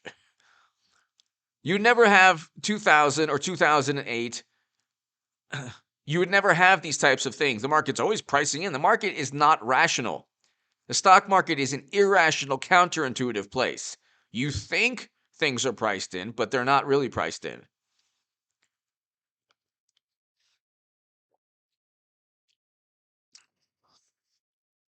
Aaron, hello. Caroline, hello. People keep saying, oh, there's nothing to worry about. If you want a job, you can get a job. Yeah, but you've displaced, the morally superior among us, people who were not economists, displaced millions of workers. How many people do you know that used to work in restaurants that are no longer there because the restaurant doesn't exist? How many people do you know that have actually changed careers? Lots of people. I mean, you had a functioning economy and then you didn't, simply because the spirit of people were crushed so quickly is unbelievable. Paranoia struck. It was so easy. This was sadly a case study in how easy it is to manipulate countries through fear and paranoia. Then you have central banks pumping in money, but you cannot duplicate. You cannot replicate economic activity by pumping money into the economy. AOC thinks, and Elizabeth Warren or Bernie Sanders, Warren probably knows better, but Bernie Sanders and AOC, and I used to be the biggest Bernie Sanders booster on the internet, according to the Huffington Post. And I used to be the unofficial scribe of Sanders' most hardcore voters, according to the Washington Post. I knew these concepts that I'm talking about now, but I didn't care because I was part of this left-leaning cult that thank God I got out of. Thank God. But when he says, when Bernie Sanders says a $15 minimum wage, yeah, your $15 minimum wage, and that's still difficult to make a life. You don't want. You want to be able to work and provide for your family in a career that isn't threatened by bureaucrats preventing you from working. So if you did have numerous jobs and you were making $15 or $20 an hour, suddenly you weren't working. So at the same time, Bernie Sanders will say, I want a living wage. And then he'll say, oh, but you can't, we're going to prevent you from working. It's for your own good. Democrats caused the poverty that they want to alleviate from Build Back Better. They literally caused the poverty with their policies. It was a direct correlation between listening to people who were not economists, a direct correlation. When people say, well, why are you blaming the Democratic Party? It was a direct correlation. Joe Boxer! Thank you, Joe. God bless. God bless you. Thank you. Glad to see you still here spreading the truth. Thank you so very much, Joe. Thank you. I know you've been here for years and years, and thank you so very much for watching. I appreciate the kind words. I appreciate them. Thank you. Thank you, Joe. To my super chat, thank you. Joe, thank you so much. Yeah, I mean, when you have all of these problems that are going to take place, and I'm telling my viewers, like, why do you watch this channel? Well, because I have a pretty good grasp, I think, of what's going on. Am I right about everything? No. But am I right about a lot of things? Perhaps most things I talk about? Yeah. I have a pretty good track record. Go compare my track record to anyone on the left that repeats CNN. Go to any million sub liberal channel right now. You could press pause and go right now. Pick any million sub, or even 500 to a million to 2 million, whatever. The $20 million venture capital people, whatever. Go look at CNN. Go look at what CNN and MSNBC are saying. Go look at their videos, and then go look at the videos of the million sub liberal pundit. It's the same thing. It's the same exact topic or list of topics. It's the same thing. That's why if you're a liberal pundit, if you have any functioning brains, if you have more than one functioning brain cell, there's an endless, like, all of media parrots the same nonsense. So you're going to get, if you just put the work in, you'll get hundreds of thousands, not a progressive, left-leaning progressive, because that's difficult to do. There aren't as many progressives as there are liberals or vote blue no matter who people. Now, Jimmy Dore, he's awesome. He is a left-leaning, progressive. The thing that makes him awesome is that he's honest, and he doesn't just say vote blue no matter who. That's all. That's the key to his success. So he's just honest. If he felt that the Democratic Party, if Jimmy Dore felt the Democratic Party was the best thing for him and for the country, he would say vote Democrat at all costs. But he knows that it's not. So from his left-leaning or progressive vantage point, he knows that the Democrats, they're petrified to even have a floor vote for Medicare for all, which is what he was forced. That whole force the vote thing, it's exactly what should have taken place. He basically pulled the mask or the veil. We got to see who they really were. But again, I mean, I'm not even part of that world anymore. But Jimmy Dore is an honest human being. I might disagree with him on here and there on politics, probably on a lot of issues, but he's an honest human being. He's awesome. This is a huge dilemma for the vote blue no matter who people. That's why they obsess over Dave Rubin and they obsess over Jimmy Dore. Because it's not difficult to understand the racket. When there is a stock market crash and a recession, this is a very simple concept, ladies and gentlemen. When there is a stock market crash and a recession, we're seeing a slow motion crash, but when there's a huge stock market crash followed by an economic recession, okay? And we're heading towards there. And I've called it from day one.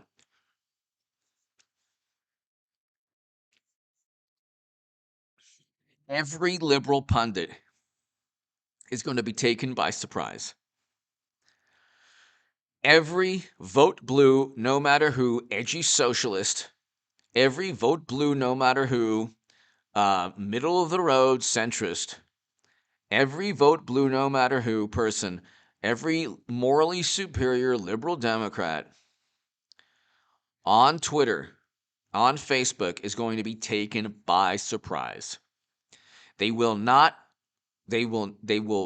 understand why the economic recession is taking place.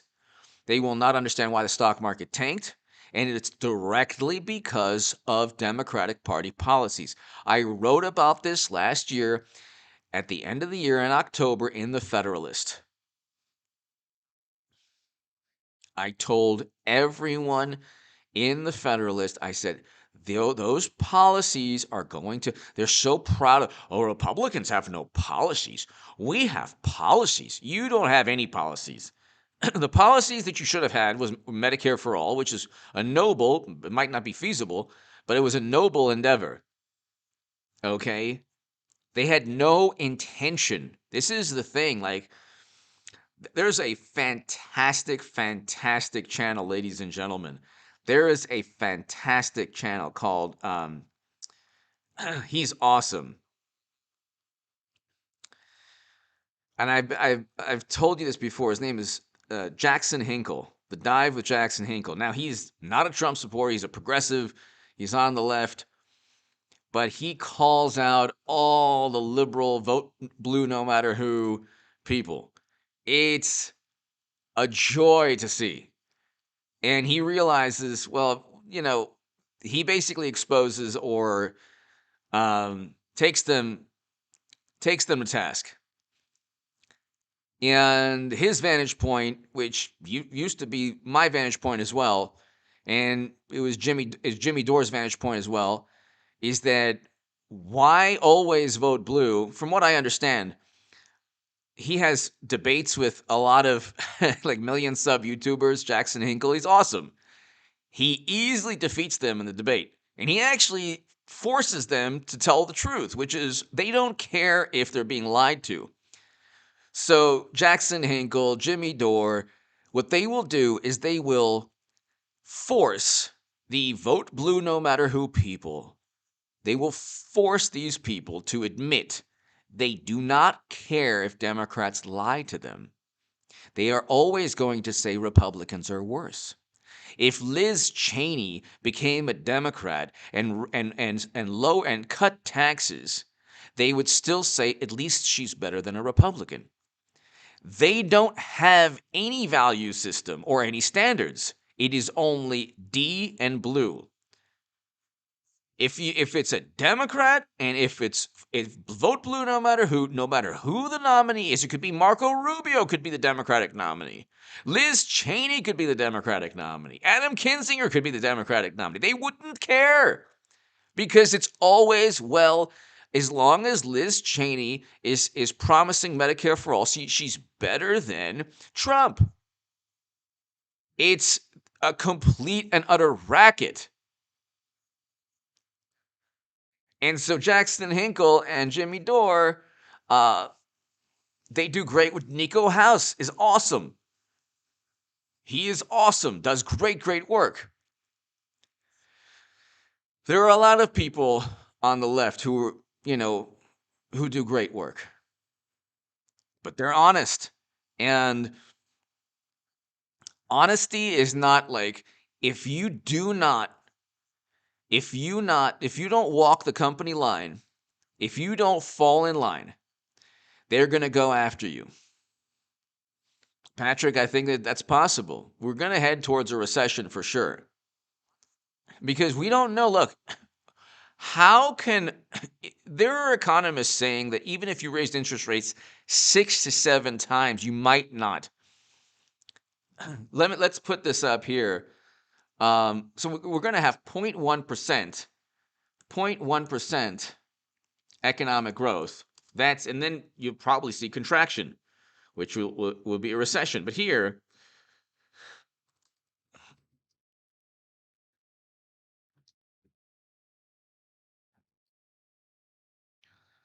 So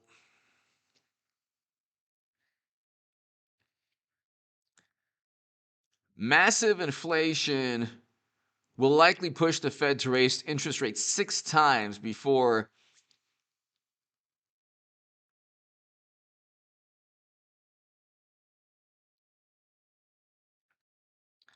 listen to this. Fed's seen as hiking interest rates 7 times in 2022 or once at every meeting. 7 times in 2022? And they don't care. Here's the thing. They don't care if there's a market crash or a recession. They don't care. They want to control inflation that they caused.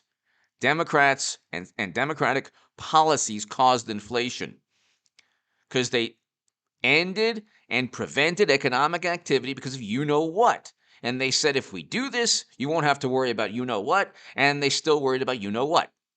They're still obsessed with it. They'll never let go. No matter what Europe does, they'll never, ever, ever, never, ever, ever, never let go. And they'll take pictures, like, without you know what. And of course, they'll say, I was holding my breath. They're out of their minds. But there are economists saying, and by the way, the economists weren't consulted when you had apoplectic, hysterical, always wrong experts, by the way, that said, end economic activity. We have to do so. And we'll just pump $10 trillion into the stock market, but end economic activity. The economists weren't consulted. So they're probably not going to raise interest rates 7 times, but if they do, we will head straight into a recession. Do not pass go, do not collect $200. We can have a recession either later this year or in 2023. But we will because because the Democratic policies that they're so proud of pumped money into the economy to replicate an economy after they said, no, you can't work.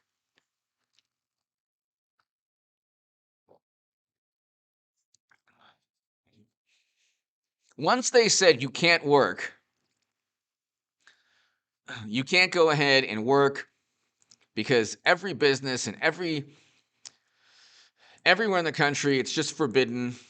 And here we have, unelected officials telling you, and bureaucrats who are not economists, by the way, not economists, who are not economists. You had unelected officials saying, oh, don't worry. We'll ensure there's an eviction moratorium. So as we prevent you from working to save you from you know what, which we will obsess over forever. So they still obsessed over you know what. So that didn't work.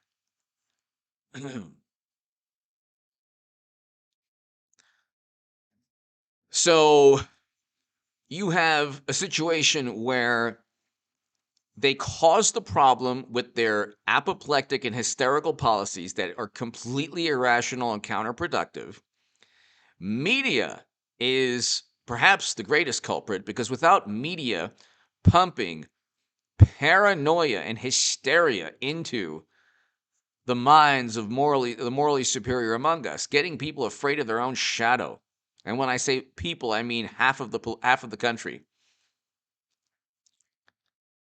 It didn't take long, ladies and gentlemen, it did not take long for people to be obedient and to just drop critical thinking and to erase any sense of individuality.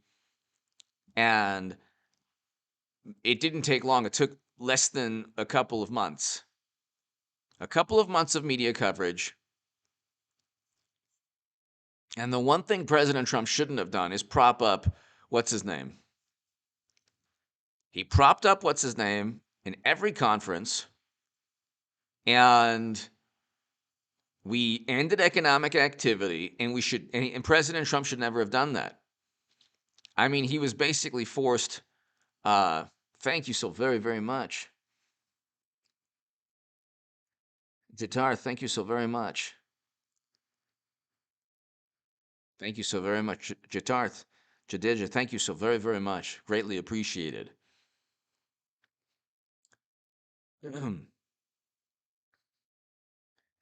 What happened was, and by the way,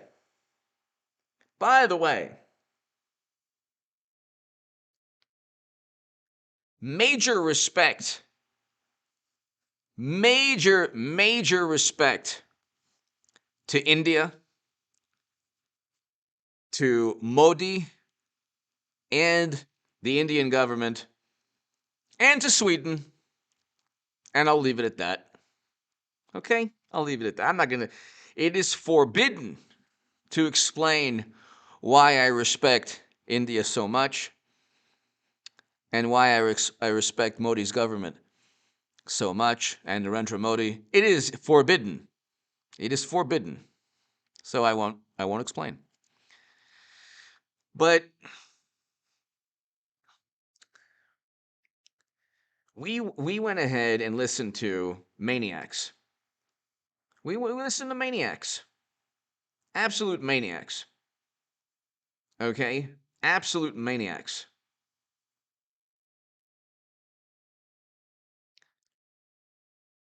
And what happens when you listen to maniacs is they're always wrong, but they demand that you give absolute obedience and allegiance.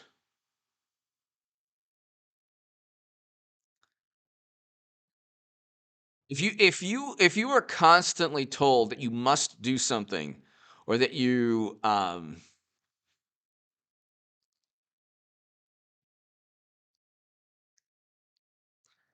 God bless the people in Alaska and the people in Canada. God bless you. God bless you. If you're told to jump off a cliff, a fiscal cliff, it is an un-American thing to do. It is an un-American thing to do to prevent people from providing food for their families. And if you say that, well, you're wrong, Dr. Rand told me to do so, that is a big problem. He's not an economist. So this whole nonsense, well, you have to trust the experts. Well, these people aren't economists. These people aren't economists.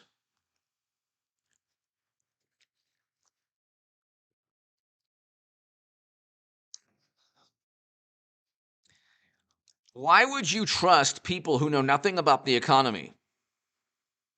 And it's not even a matter of trust. Why would you even entertain their maniacal viewpoints? You don't end economic activity because of media hysteria. You do that, it's unprecedented. It's never happened before. So when people say, everything's going to be fine, the market will be fine, look at the history of the stock market. If you just invest long term, the ups and downs, we've never had this. Reagan, Bush, Clinton, President Obama, Bush, the second Bush, he messed things up. But it's like even 08 was different. Even 08 was like, too big to fail moment, but it wasn't self-induced. In a way, you could say it was, but it wasn't self-induced. Never in the history of mankind, never in the history of the world. You give me, maybe there's an historian here who can tell me I'm wrong. Never in the history of the world have economies around the world ended economic activity in unison. You tell me if I'm wrong. You tell me if I'm wrong. Tell me if I'm wrong in the chat. Has there ever been a time in the history of this planet? Now we have fertilizer at 200% increase in price. Crap is expensive even. Okay? Even poop is expensive. That's how bad things are. Has there ever been a time in American history or world history where leading economies around the world have deliberately ended economic activity. Does this mic work? Yvette! Thanks for 3 months of entertainment. HA critical thinking needs to be taught from birth. Thank you so very much, Yvette. Thank you. Thank you, Yvette. Thank you so much. Greatly, greatly appreciated, Yvette. Thank you. So kind of you, Yvette. Thank you for your Patreon, too. Thank you for your support on Patreon. Thank you so much. So if the mic is working, tell me, has there been any time in the history of the planet where numerous leading economies, tell me when this happened? I'm going to continue asking you. Does somebody answer me? Has there ever been a time in the history of the planet?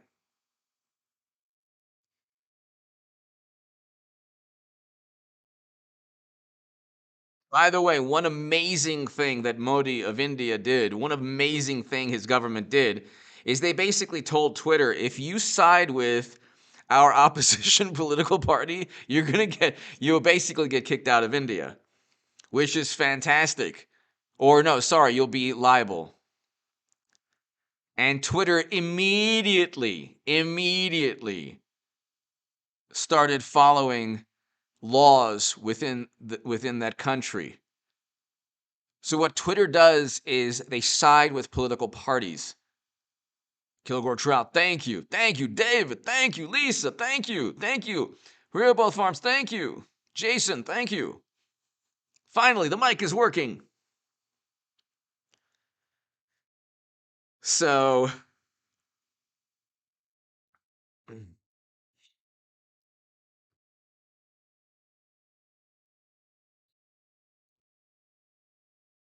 we are going to be, by the way, third in terms of economic strength behind China and India very soon. And if mashed potato brains Biden has his say, we'll probably be fourth or fifth. It's a toss-up, ladies and gentlemen. Okay, it's a toss-up.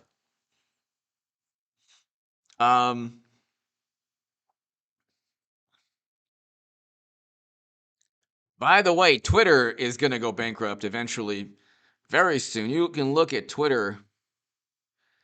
Facebook and Twitter, they're getting crushed right now. Why are they getting crushed? Why is Facebook going to be MySpace soon? Why is Twitter? Sorry, Twitter. Okay. Almost 100% of their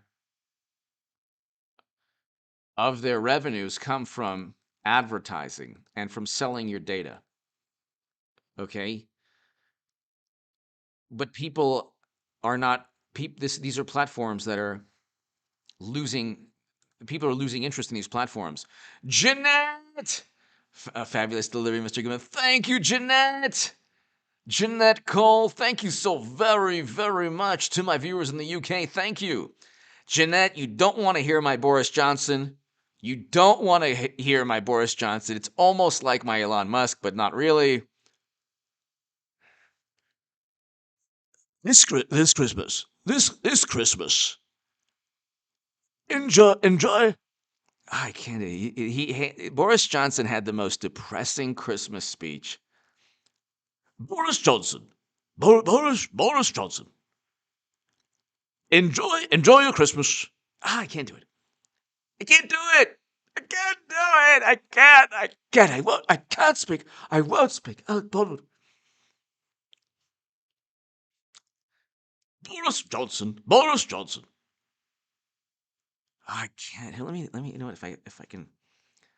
Hold on here. Let me just see. Oh man.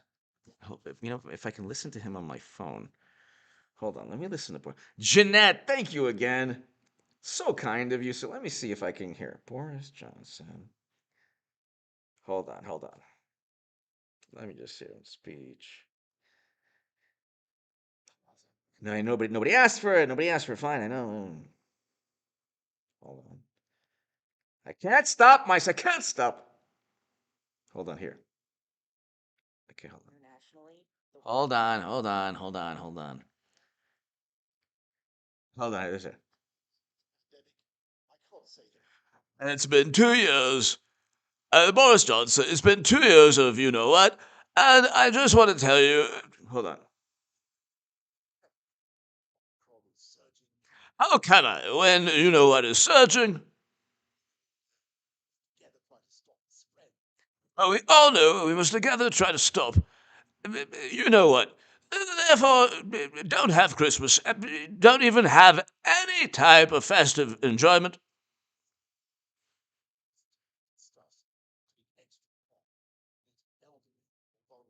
Except, by the way, if you are part of my administration, part of my parliament, then the party is at my house, party in Downing Street. You can party with me, Boris Johnson. I'm trying. No, but the mic's not on. I might as well just be tubining. Nobody can hear what I'm saying anyway. So,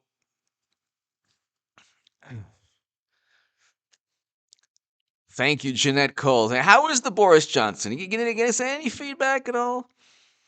Is this mic on? Is anyone even hearing? Should I just start tubining? Isn't busted Jeffrey tubing? Nobody would notice. Nobody's watching. Hi, Caroline. Hello. How was it? Not perfect. I'm not probably not even good, but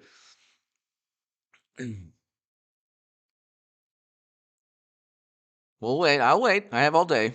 I have all night. Decent. That could be better. Pretty good. But thank you, Senior Salute. But thank you, Jeanette Cole. Thank you so very much. Hold on here.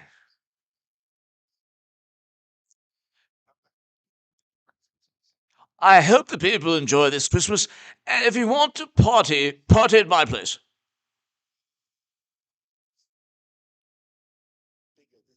It's the pile of scrumpled wrapping paper is bigger this year. Just show up to Downing Street and party with me, party hardy with me, because I don't follow the law. I don't follow the law that I tell other people to follow.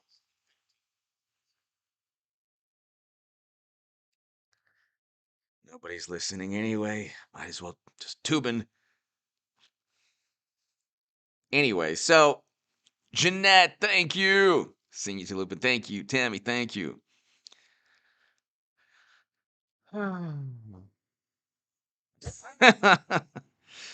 um,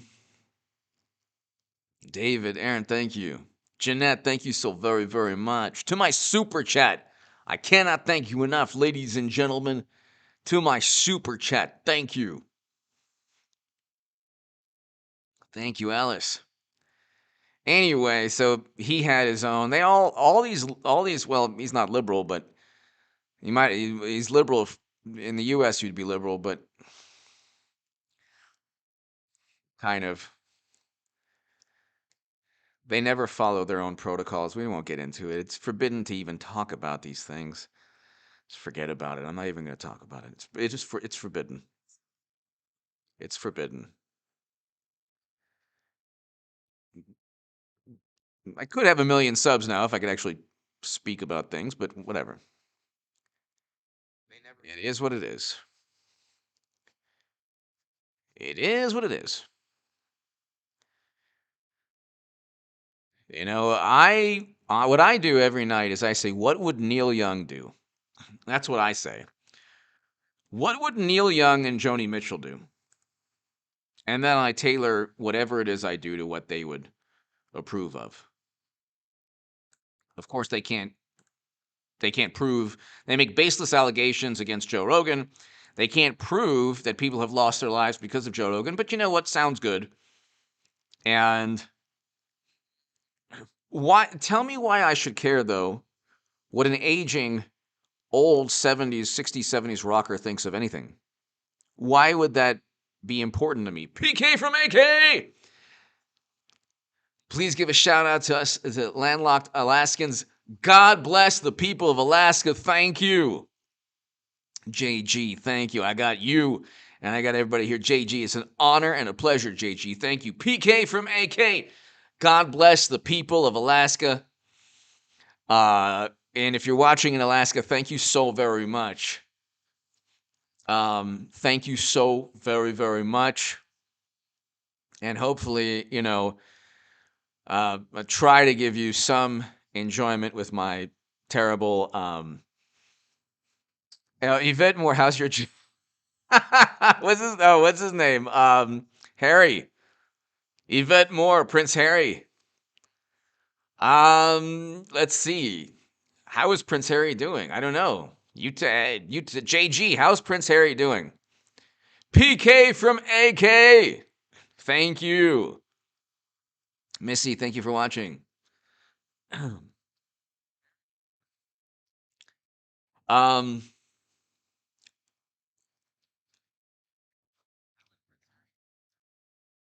What's Prince Harry up to? What is Prince Harry up? I have no clue. Okay, let's see here.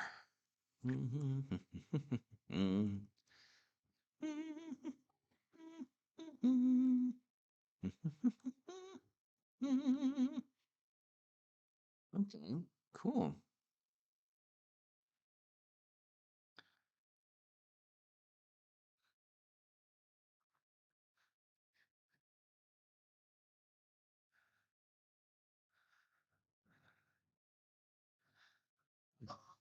Oh my God. Actually, he's right about this. I actually side with Prince Harry on this. It's kind of funny. I actually side with Prince Harry on this, but you know what? Harry received back from telling firms they should give everyone time to focus. It's true. It is true, but whatever. Whatever, man. Whatever, man.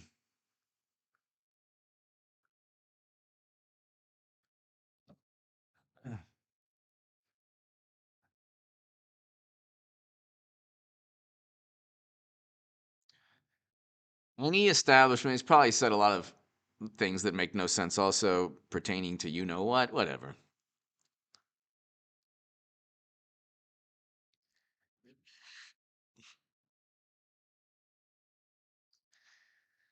The politics, JG, the politics, the actually the court intrigue or the what was actually taking place within the royal family, nobody really knows. I mean, I don't even know. Do you know? Nobody knows. Nobody really knows. Jean-Louis Neil Young. Neil became relevant one last time by disappearing. Frank, thank you. Neil Young. What? Like, why would I? He said, keep on rocking in the free world. He should. Okay, so that's the song he said. Keep on rocking in the free world. Okay, so this is his whole thing is Jean-Louis. Keep on rocking in the free world. So he needs to actually keep on rocking in the free world. Unless you're Joe Rogan speaking the truth or just having a conversation with people, but the information is bad and could lead to people losing their lives. But other than that, keep on rocking in the free world, unless you disagree with me, and then I'm going to pull my catalog, and then nobody cares, but really, you know what, it'll start, and then Joni Mitchell will join me in the free world, that's so free, but free, well, freedom, will you redefine freedom, and, for morally superior liberal Democrats, that's called freedom world. Keep on rocking in the free world. This is keep on rocking in the dystopian nightmare. Keep on rocking in the dystopian liberal nightmare. Jean-Louis.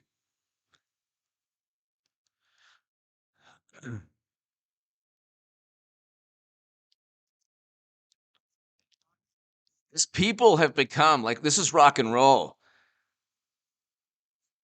It's like it used to be, you know, I won't do what you tell me. Now it's, I'll do exactly what you tell me. Now it's, I'll do everything you tell me. I won't question anything you tell me.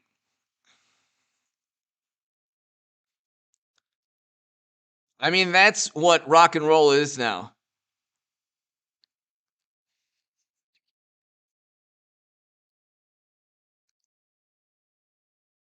I mean, it's just unbelievable. Yvette! That's there you go. Great minds think alike, Yvette. Great minds think alike. I can't talk. I can't speak. I've been ordered. I've been ordered not to speak. I can't speak, Yvette. I can't talk about it. I can't. I can't speak. I can't. If I could, I would, but I can't, and I won't. I can't.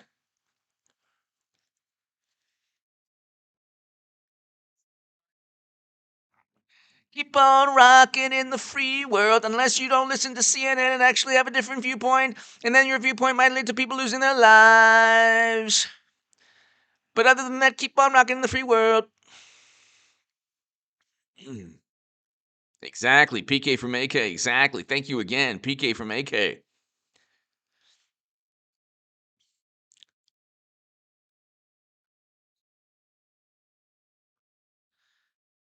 Rock and roll is no longer alive.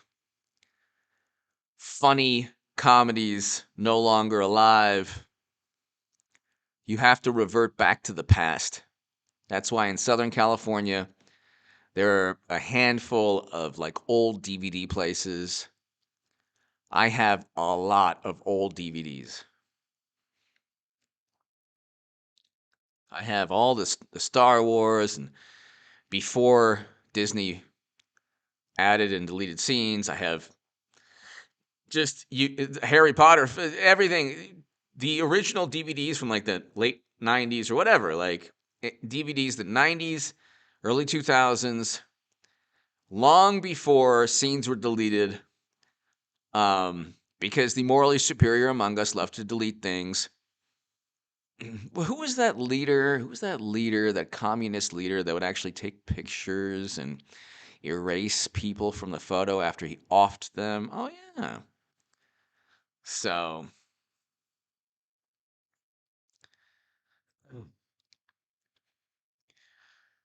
but anyway, so Rinsler! Comedians today, the journalists. Exactly. Well, Jimmy Kimmel, Jimmy Kimmel, is there any late night host that is actually a host? That actually is like a host of, a comedy like show or like an entertainment show?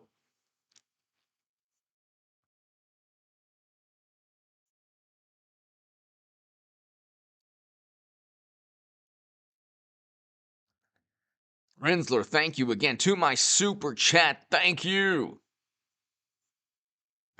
How do you say? How do you say?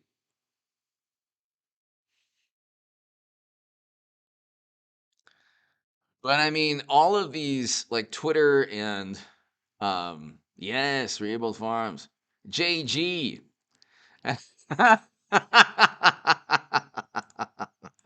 Yes. Yes. It'll be a beautiful day when we find out that, that person busted a Chris Cuomo or whatever. It's an insult to your peoples, man. What's up? You want it? You want it? You want to go? You want to go? You want to go?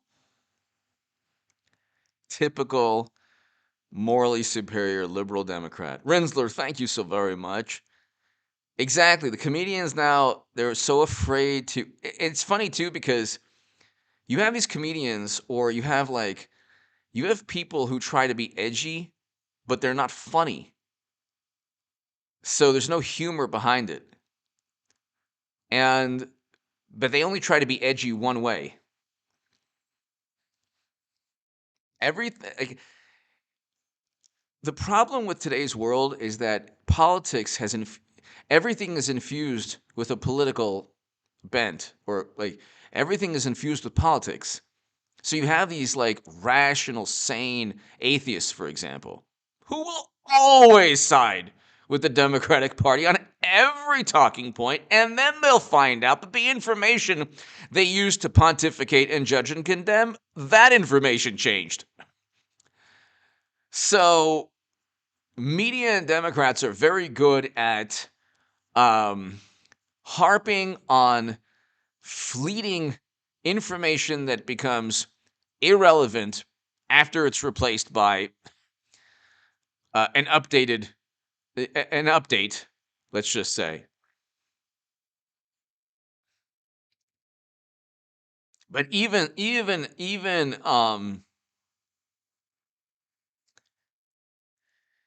well, they lost $200 billion, $220 billion. Largest one-day wipeout in corporate history. $220 billion. Ransler!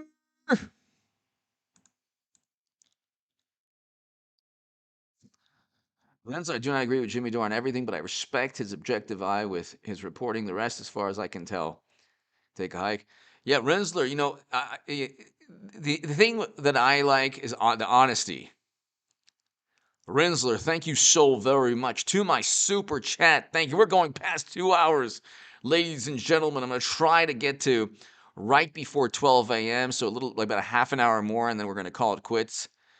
But I wanted to do this epic live stream because I think it's important. Rensler, thank you. Thank you so much to my super chat. You help me do these live streams, so your support is so important.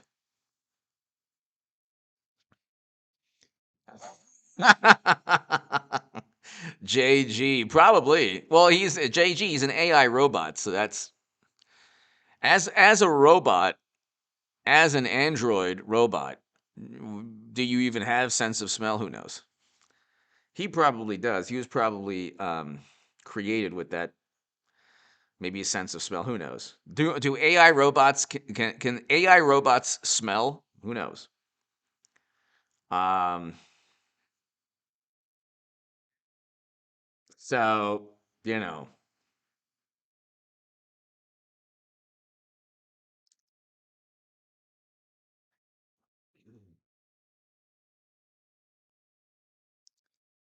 JG, thank you. So Rinsler, thank you so very much. To my super chat, thank you. Tammy, thank you. So I mean, um,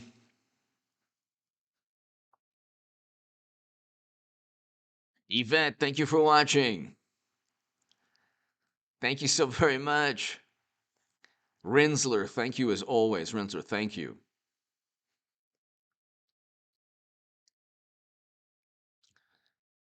So let's see. $220 billion. $237.6 billion. $237.6 billion sets record for largest one-day value drop in stock market history. And then, have you seen this metaverse nonsense, dystopian nightmare? I would rather have Freddy Krueger invade my dreams. I would much rather have that than go into a metaverse. Why do I need to become an avatar? Why do I need to become a cartoon character? And then like the Wall Street Journal had a reporter, go into this world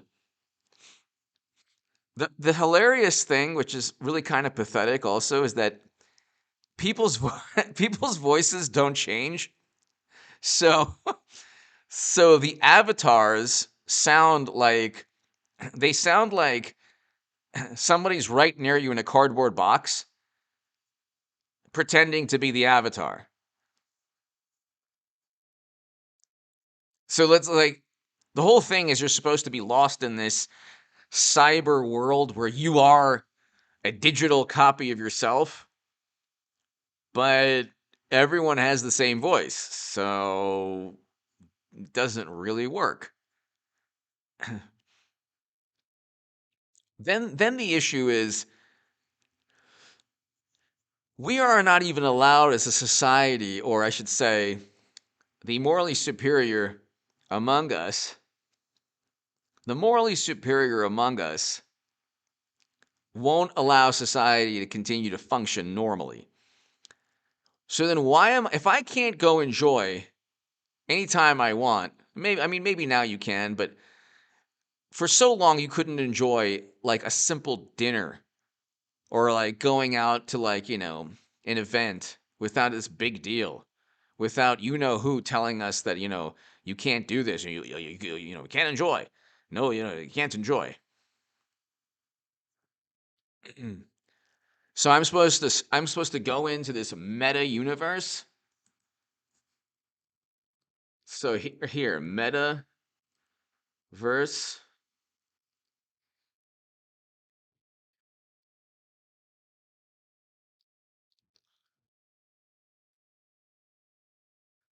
Metaverse is a 3D. Hold on.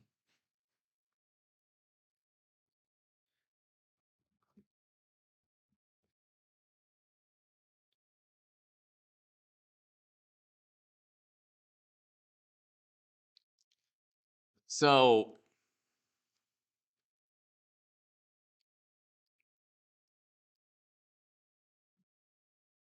let's see.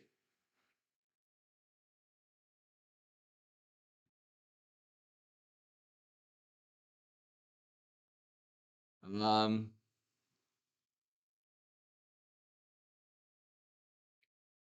so Facebook wants to lean into the metaverse. Here's what it is.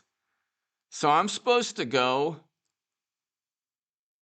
into an alternate reality with these um, virtual reality goggles or contraptions, whatever. I'm supposed to go into an alternate reality, become an avatar because I don't have enough problems in life, so I got to become an avatar. That makes no sense. What does that do to your brain that's already being turned to mush because of Twitter and Facebook? They will not be happy until we're just like these giant amoebas banging into one another, morphing into one another.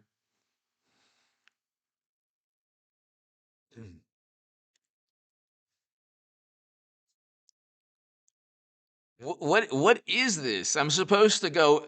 First of all, why would I want to have a dream? It's essentially a dream. It's essentially a dream.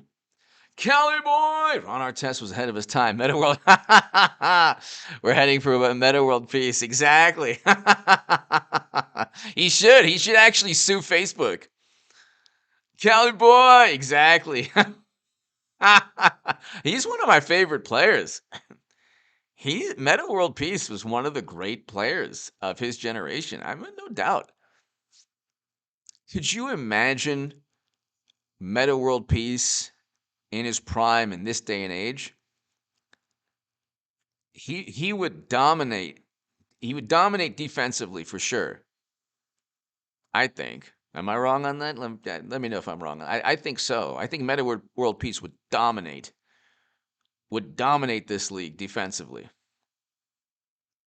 And also score a lot too. Cali boy, thank you. Thank you so very much, Cali boy. Thank you. I hope all is well.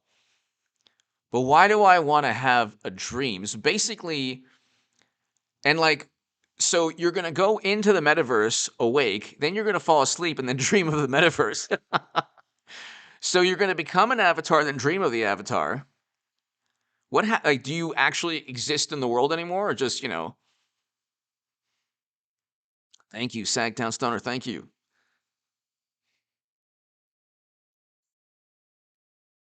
So, Cali Boy, thank you so very, very much. Greatly, greatly appreciated. Thank you. What is the point of a metaverse? What kind of dystopian nightmare is this? What kind of the term metaverse? Okay, now what is a metaverse? Think of the internet brought to life. Why would I want that? Or in 3D? Why would I want that?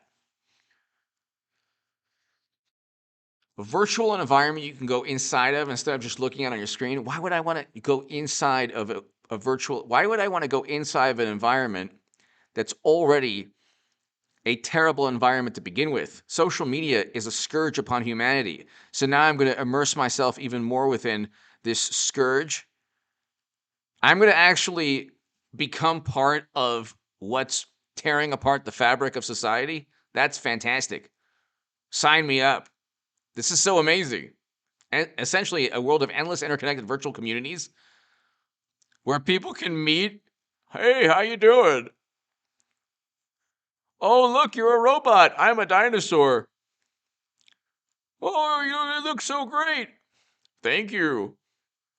Want to go fly to Saturn? Well, let's go. Oh, this is so great. This is a fantastic experience. I'm going to actually dream about this experience that doesn't exist. So I'll actually be doing even less living.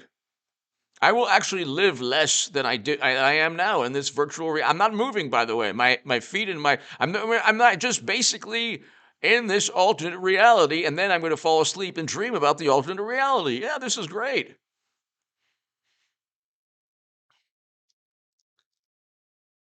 Using virtual headsets, augmented reality glasses, this is going to be terrible for your vision.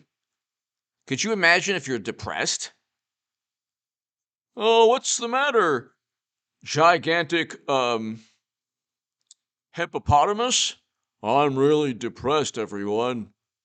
I had a bad day at work. You look like a giant hippo. Ah! Oh my God, everyone in this restaurant is making fun of me. No. So you have to, you're stuck in this alternate reality. Or could you imagine if politics? Your Medicare for All plan isn't as good as mine. Gigantic robot dinosaur? Avatar? No. You're helping Trump. You're a Trumper. You're not welcome in this restaurant or bar that we have in our virtual reality Facebook metaverse. You're spreading information that's not good for other avatars. I just came in here because I wanted to relax with other cartoons, but apparently I know when I'm not welcomed. Ah, I know I'm not welcomed when you don't have to tell me twice. I'm leaving. You don't have to tell me twice. This avatar knows when he's not wanted.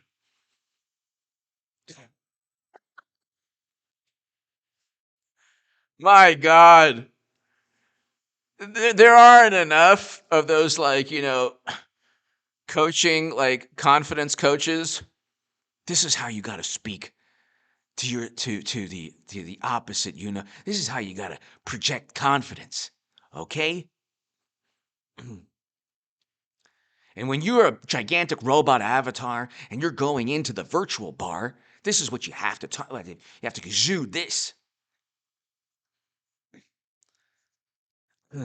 They're not going to be happy unless you actually morph into a video game that Facebook controls, and that eventually it'll lead back the Democratic Party.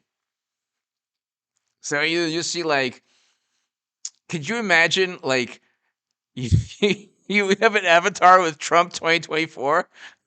I'm telling you, I'm gonna make my own avatar with this JG. I'm gonna make my own avatar. It's gonna be this giant red robot, and it'll be like Trump 2024. I'm like, hey everybody, it's H.A. Goodman.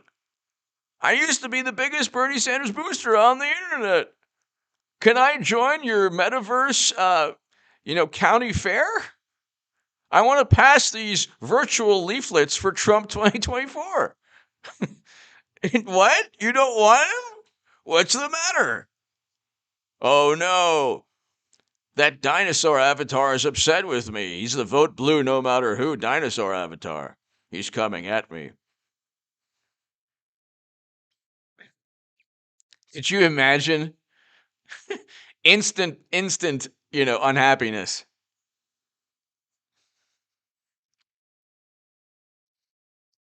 I'm here for the metaphor.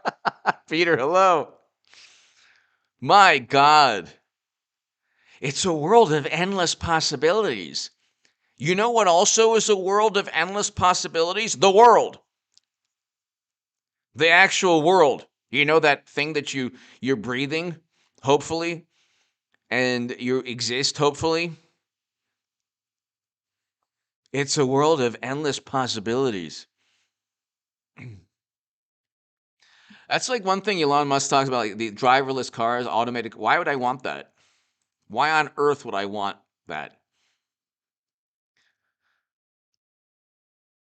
You will need Metaverse 2 to escape Metaverse. Exactly, Cornelius. Exactly.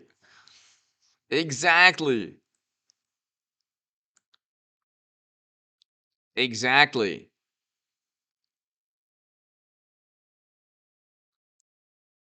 Could you imagine I'm in like you're in the metaverse and then you see like Neil Young avatar?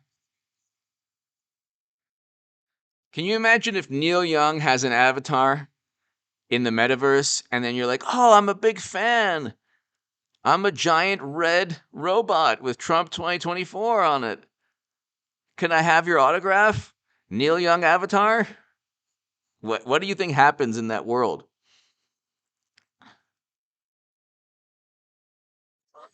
The list, it's endless. Unless it's a world of endless possibilities.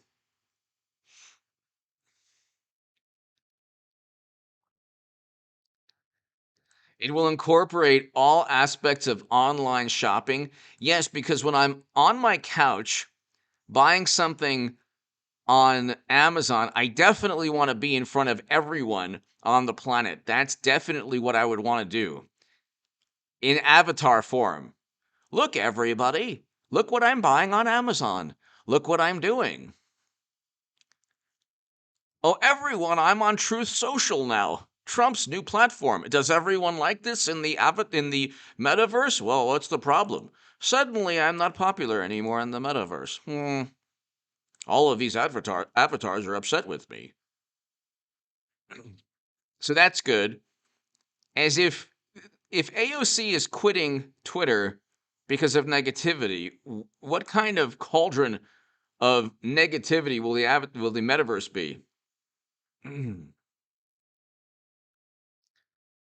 My God.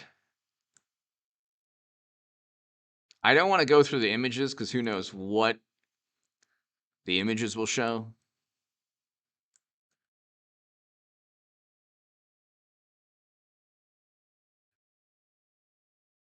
Okay.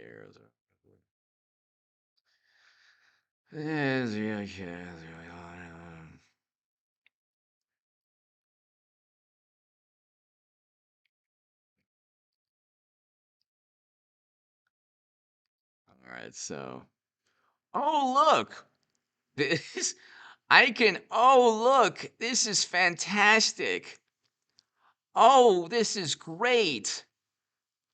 Oh, look, I can go ahead and I can shop. I'm going to get dressed on the metaverse because, getting dressed in real life, that's for losers. So I'm going to get dressed up on the metaverse. This is fantastic. After spending too much time, perfect outfit. I was finally Genesis Plaza. Oh, Genesis Plaza. Yay. Let's go to Genesis Plaza, everyone. It's fantastic. Conrad. Everyone will have to wear exactly. Conrad. Exactly. Hey, Conrad and JG and everyone here. Let's let's all meet up at Genesis Plaza. Oh my God, it's like a Jonestown type of thing. Genesis Plaza. How was that created? It was the marketing department, the AI robots at Facebook created Genesis Plaza. Wow, that's not frightening. Oh, look. What's this? What's this? We are polka dots. I found myself sitting alone in front of an empty room. Oh, that's good. There was a vending machine, so I just walked through the space. I'm going to go to a virtual vending machine. Gee, I wonder if they have Reese's Pieces, virtual Reese's Pieces. I'm sure the virtual chocolate will taste fantastic in this virtual world, which is frightening beyond belief. I'd rather watch The Exorcist on continual loop at 3 in the morning in a haunted house than go into this nightmare. Playing games. Let's play. Making friends. Let's making friends. I'm gonna make friends. Oh yeah. Making friends in the metaverse. Keep on rocking in the metaverse.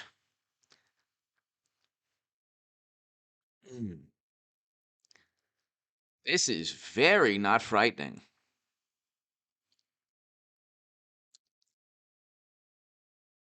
Metaverse offers freedom. It will likely be our bridge to marry the real world to the crypto world. What? Metaverse offers freedom?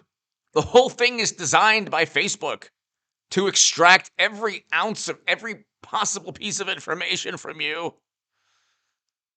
My God. Metaverse offers freedom. Freedom from life. Weighed down and tied down by something called life. Metaverse is there for you.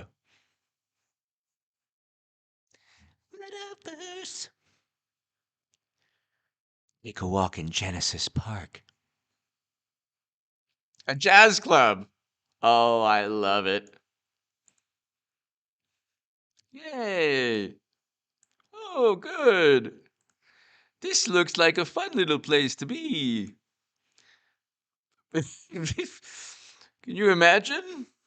You don't have enough problems in life? You have to be depressed? I was in Genesis Park today, and, a spaceman avatar made fun of me.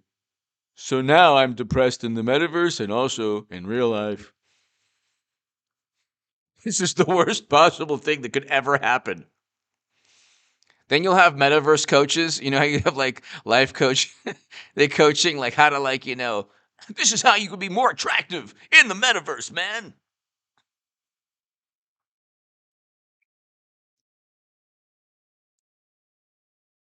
This looks really fun. I'm definitely joining. JG, I'm going to become a giant Trump 2024 robot, and we'll see how popular I am in the metaverse. Hey, you know what I feel like right now? Some corn nuts or some you know,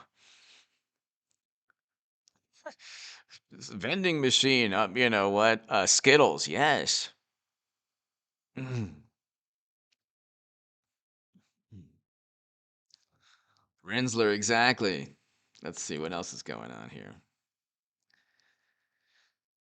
Keep on rocking in the tree world, in the metaverse world. Okay, so metaverse. What is it like? Oh wow.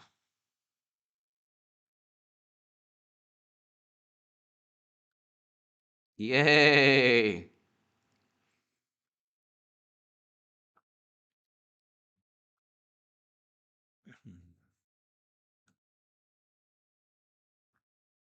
A few ways on how the metaverse will change your life. No thanks.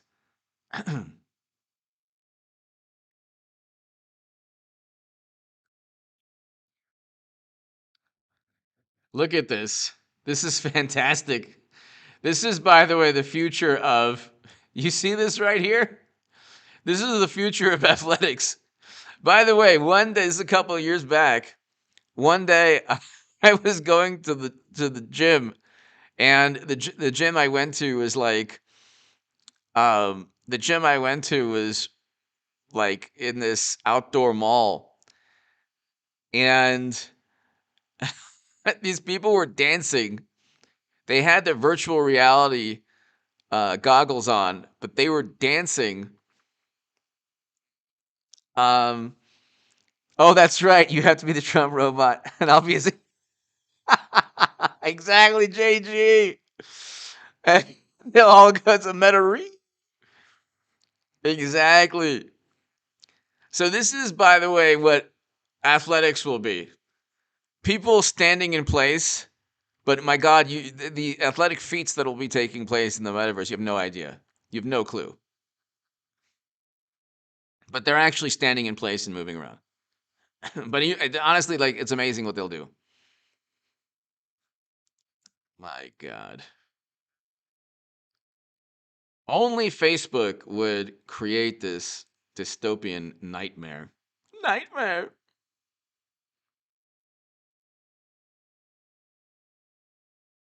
Only Facebook would create this.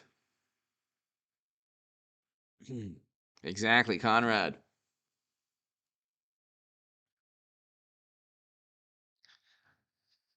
All right, so let's see here. Doesn't this look good? Doesn't this look so great? Look at this picture. Look at this picture.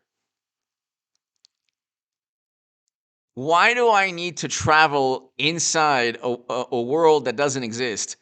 A world, if I'm going to travel into a world, it'll be a world that I make up, not one that Mark Zuckerberg makes up. My God. Why would I want to do that? Retreat into some fantasy world created by people that want to extract every ounce of information and money from me. Why would I want that? And if I want to go to a mall or Genesis Park, I'll find a park or I'll find a mall. Why? This is like, it makes no sense. It makes no sense at all. Does this look amusing to you? This is like what Han Solo looked like when he was stuck in that frozen cryogenic thing.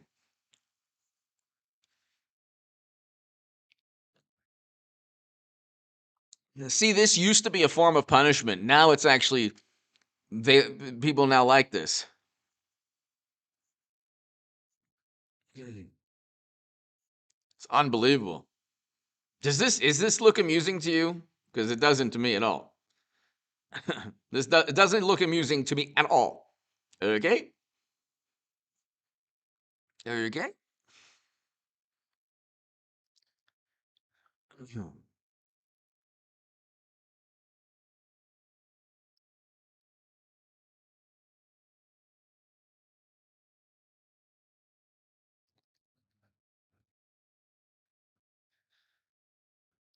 If there's negativity now, could you imagine? Let's see.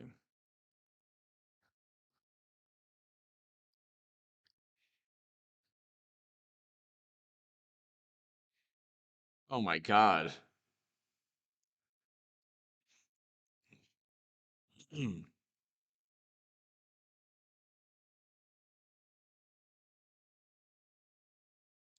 Yeah, that's me on the right. JG. That's me. Yes. Hey now. Hey, what's your sign? Hey now. What are you doing later? You want to take a stroll in Genesis Park? Uh, I'm usually a giant Trump 2024 red robot. I just thought I'd get out a little at the, the the Deuteronomy bar. We can go to everything is like a, I guess, biblical name. So, hey now, how's it going?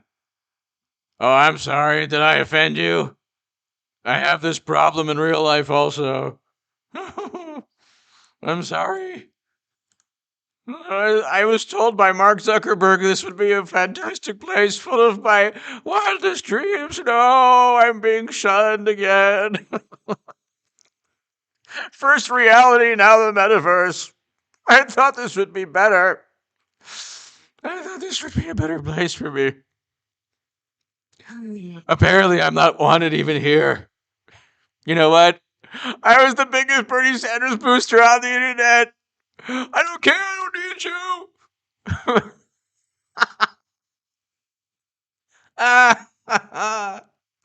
And then I turned to Trump, and you know what? If you don't want to be my friend anymore, I don't care, okay? I wrote an article in the Federalist. Read it. I explained everything. I'm leaving. Hey now.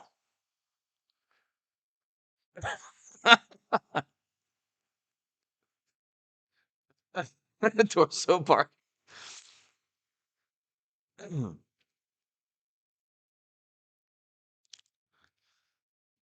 We got a couple more minutes, people, and then we're out of here. Wow. Yeah, baby. Luckily, they haven't designed the below the torso yet. You know what I'm saying? What's up? Yeah.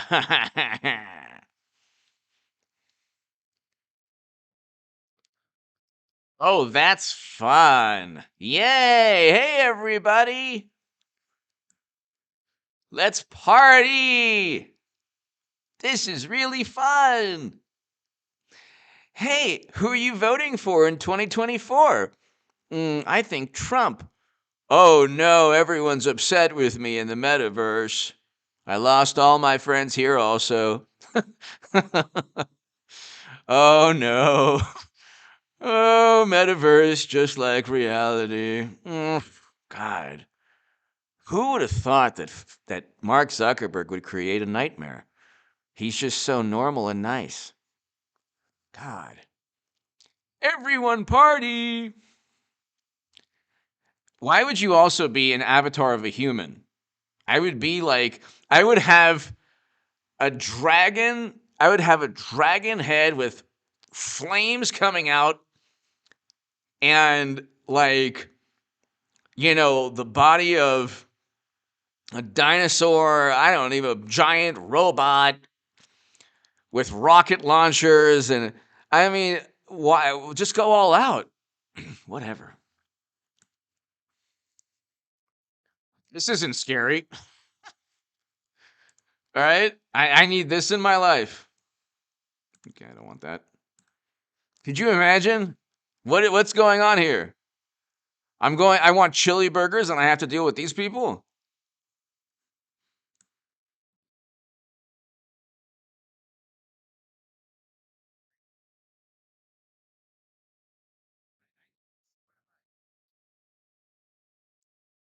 This is amazing.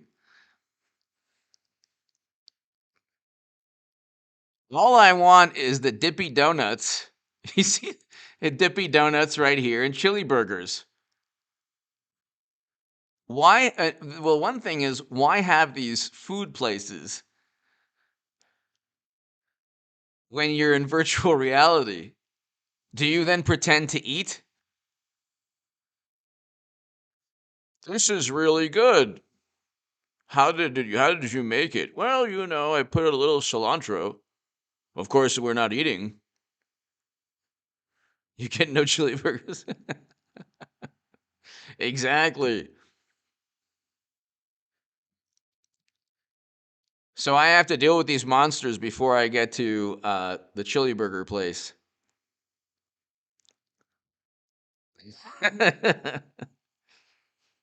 All right, ladies and gentlemen, thank you so very much for tuning in to my super chat. I cannot thank you enough, ladies and gentlemen. Thank you so much, everybody. JG, everybody here, Rensler, everyone here. Thank you so much.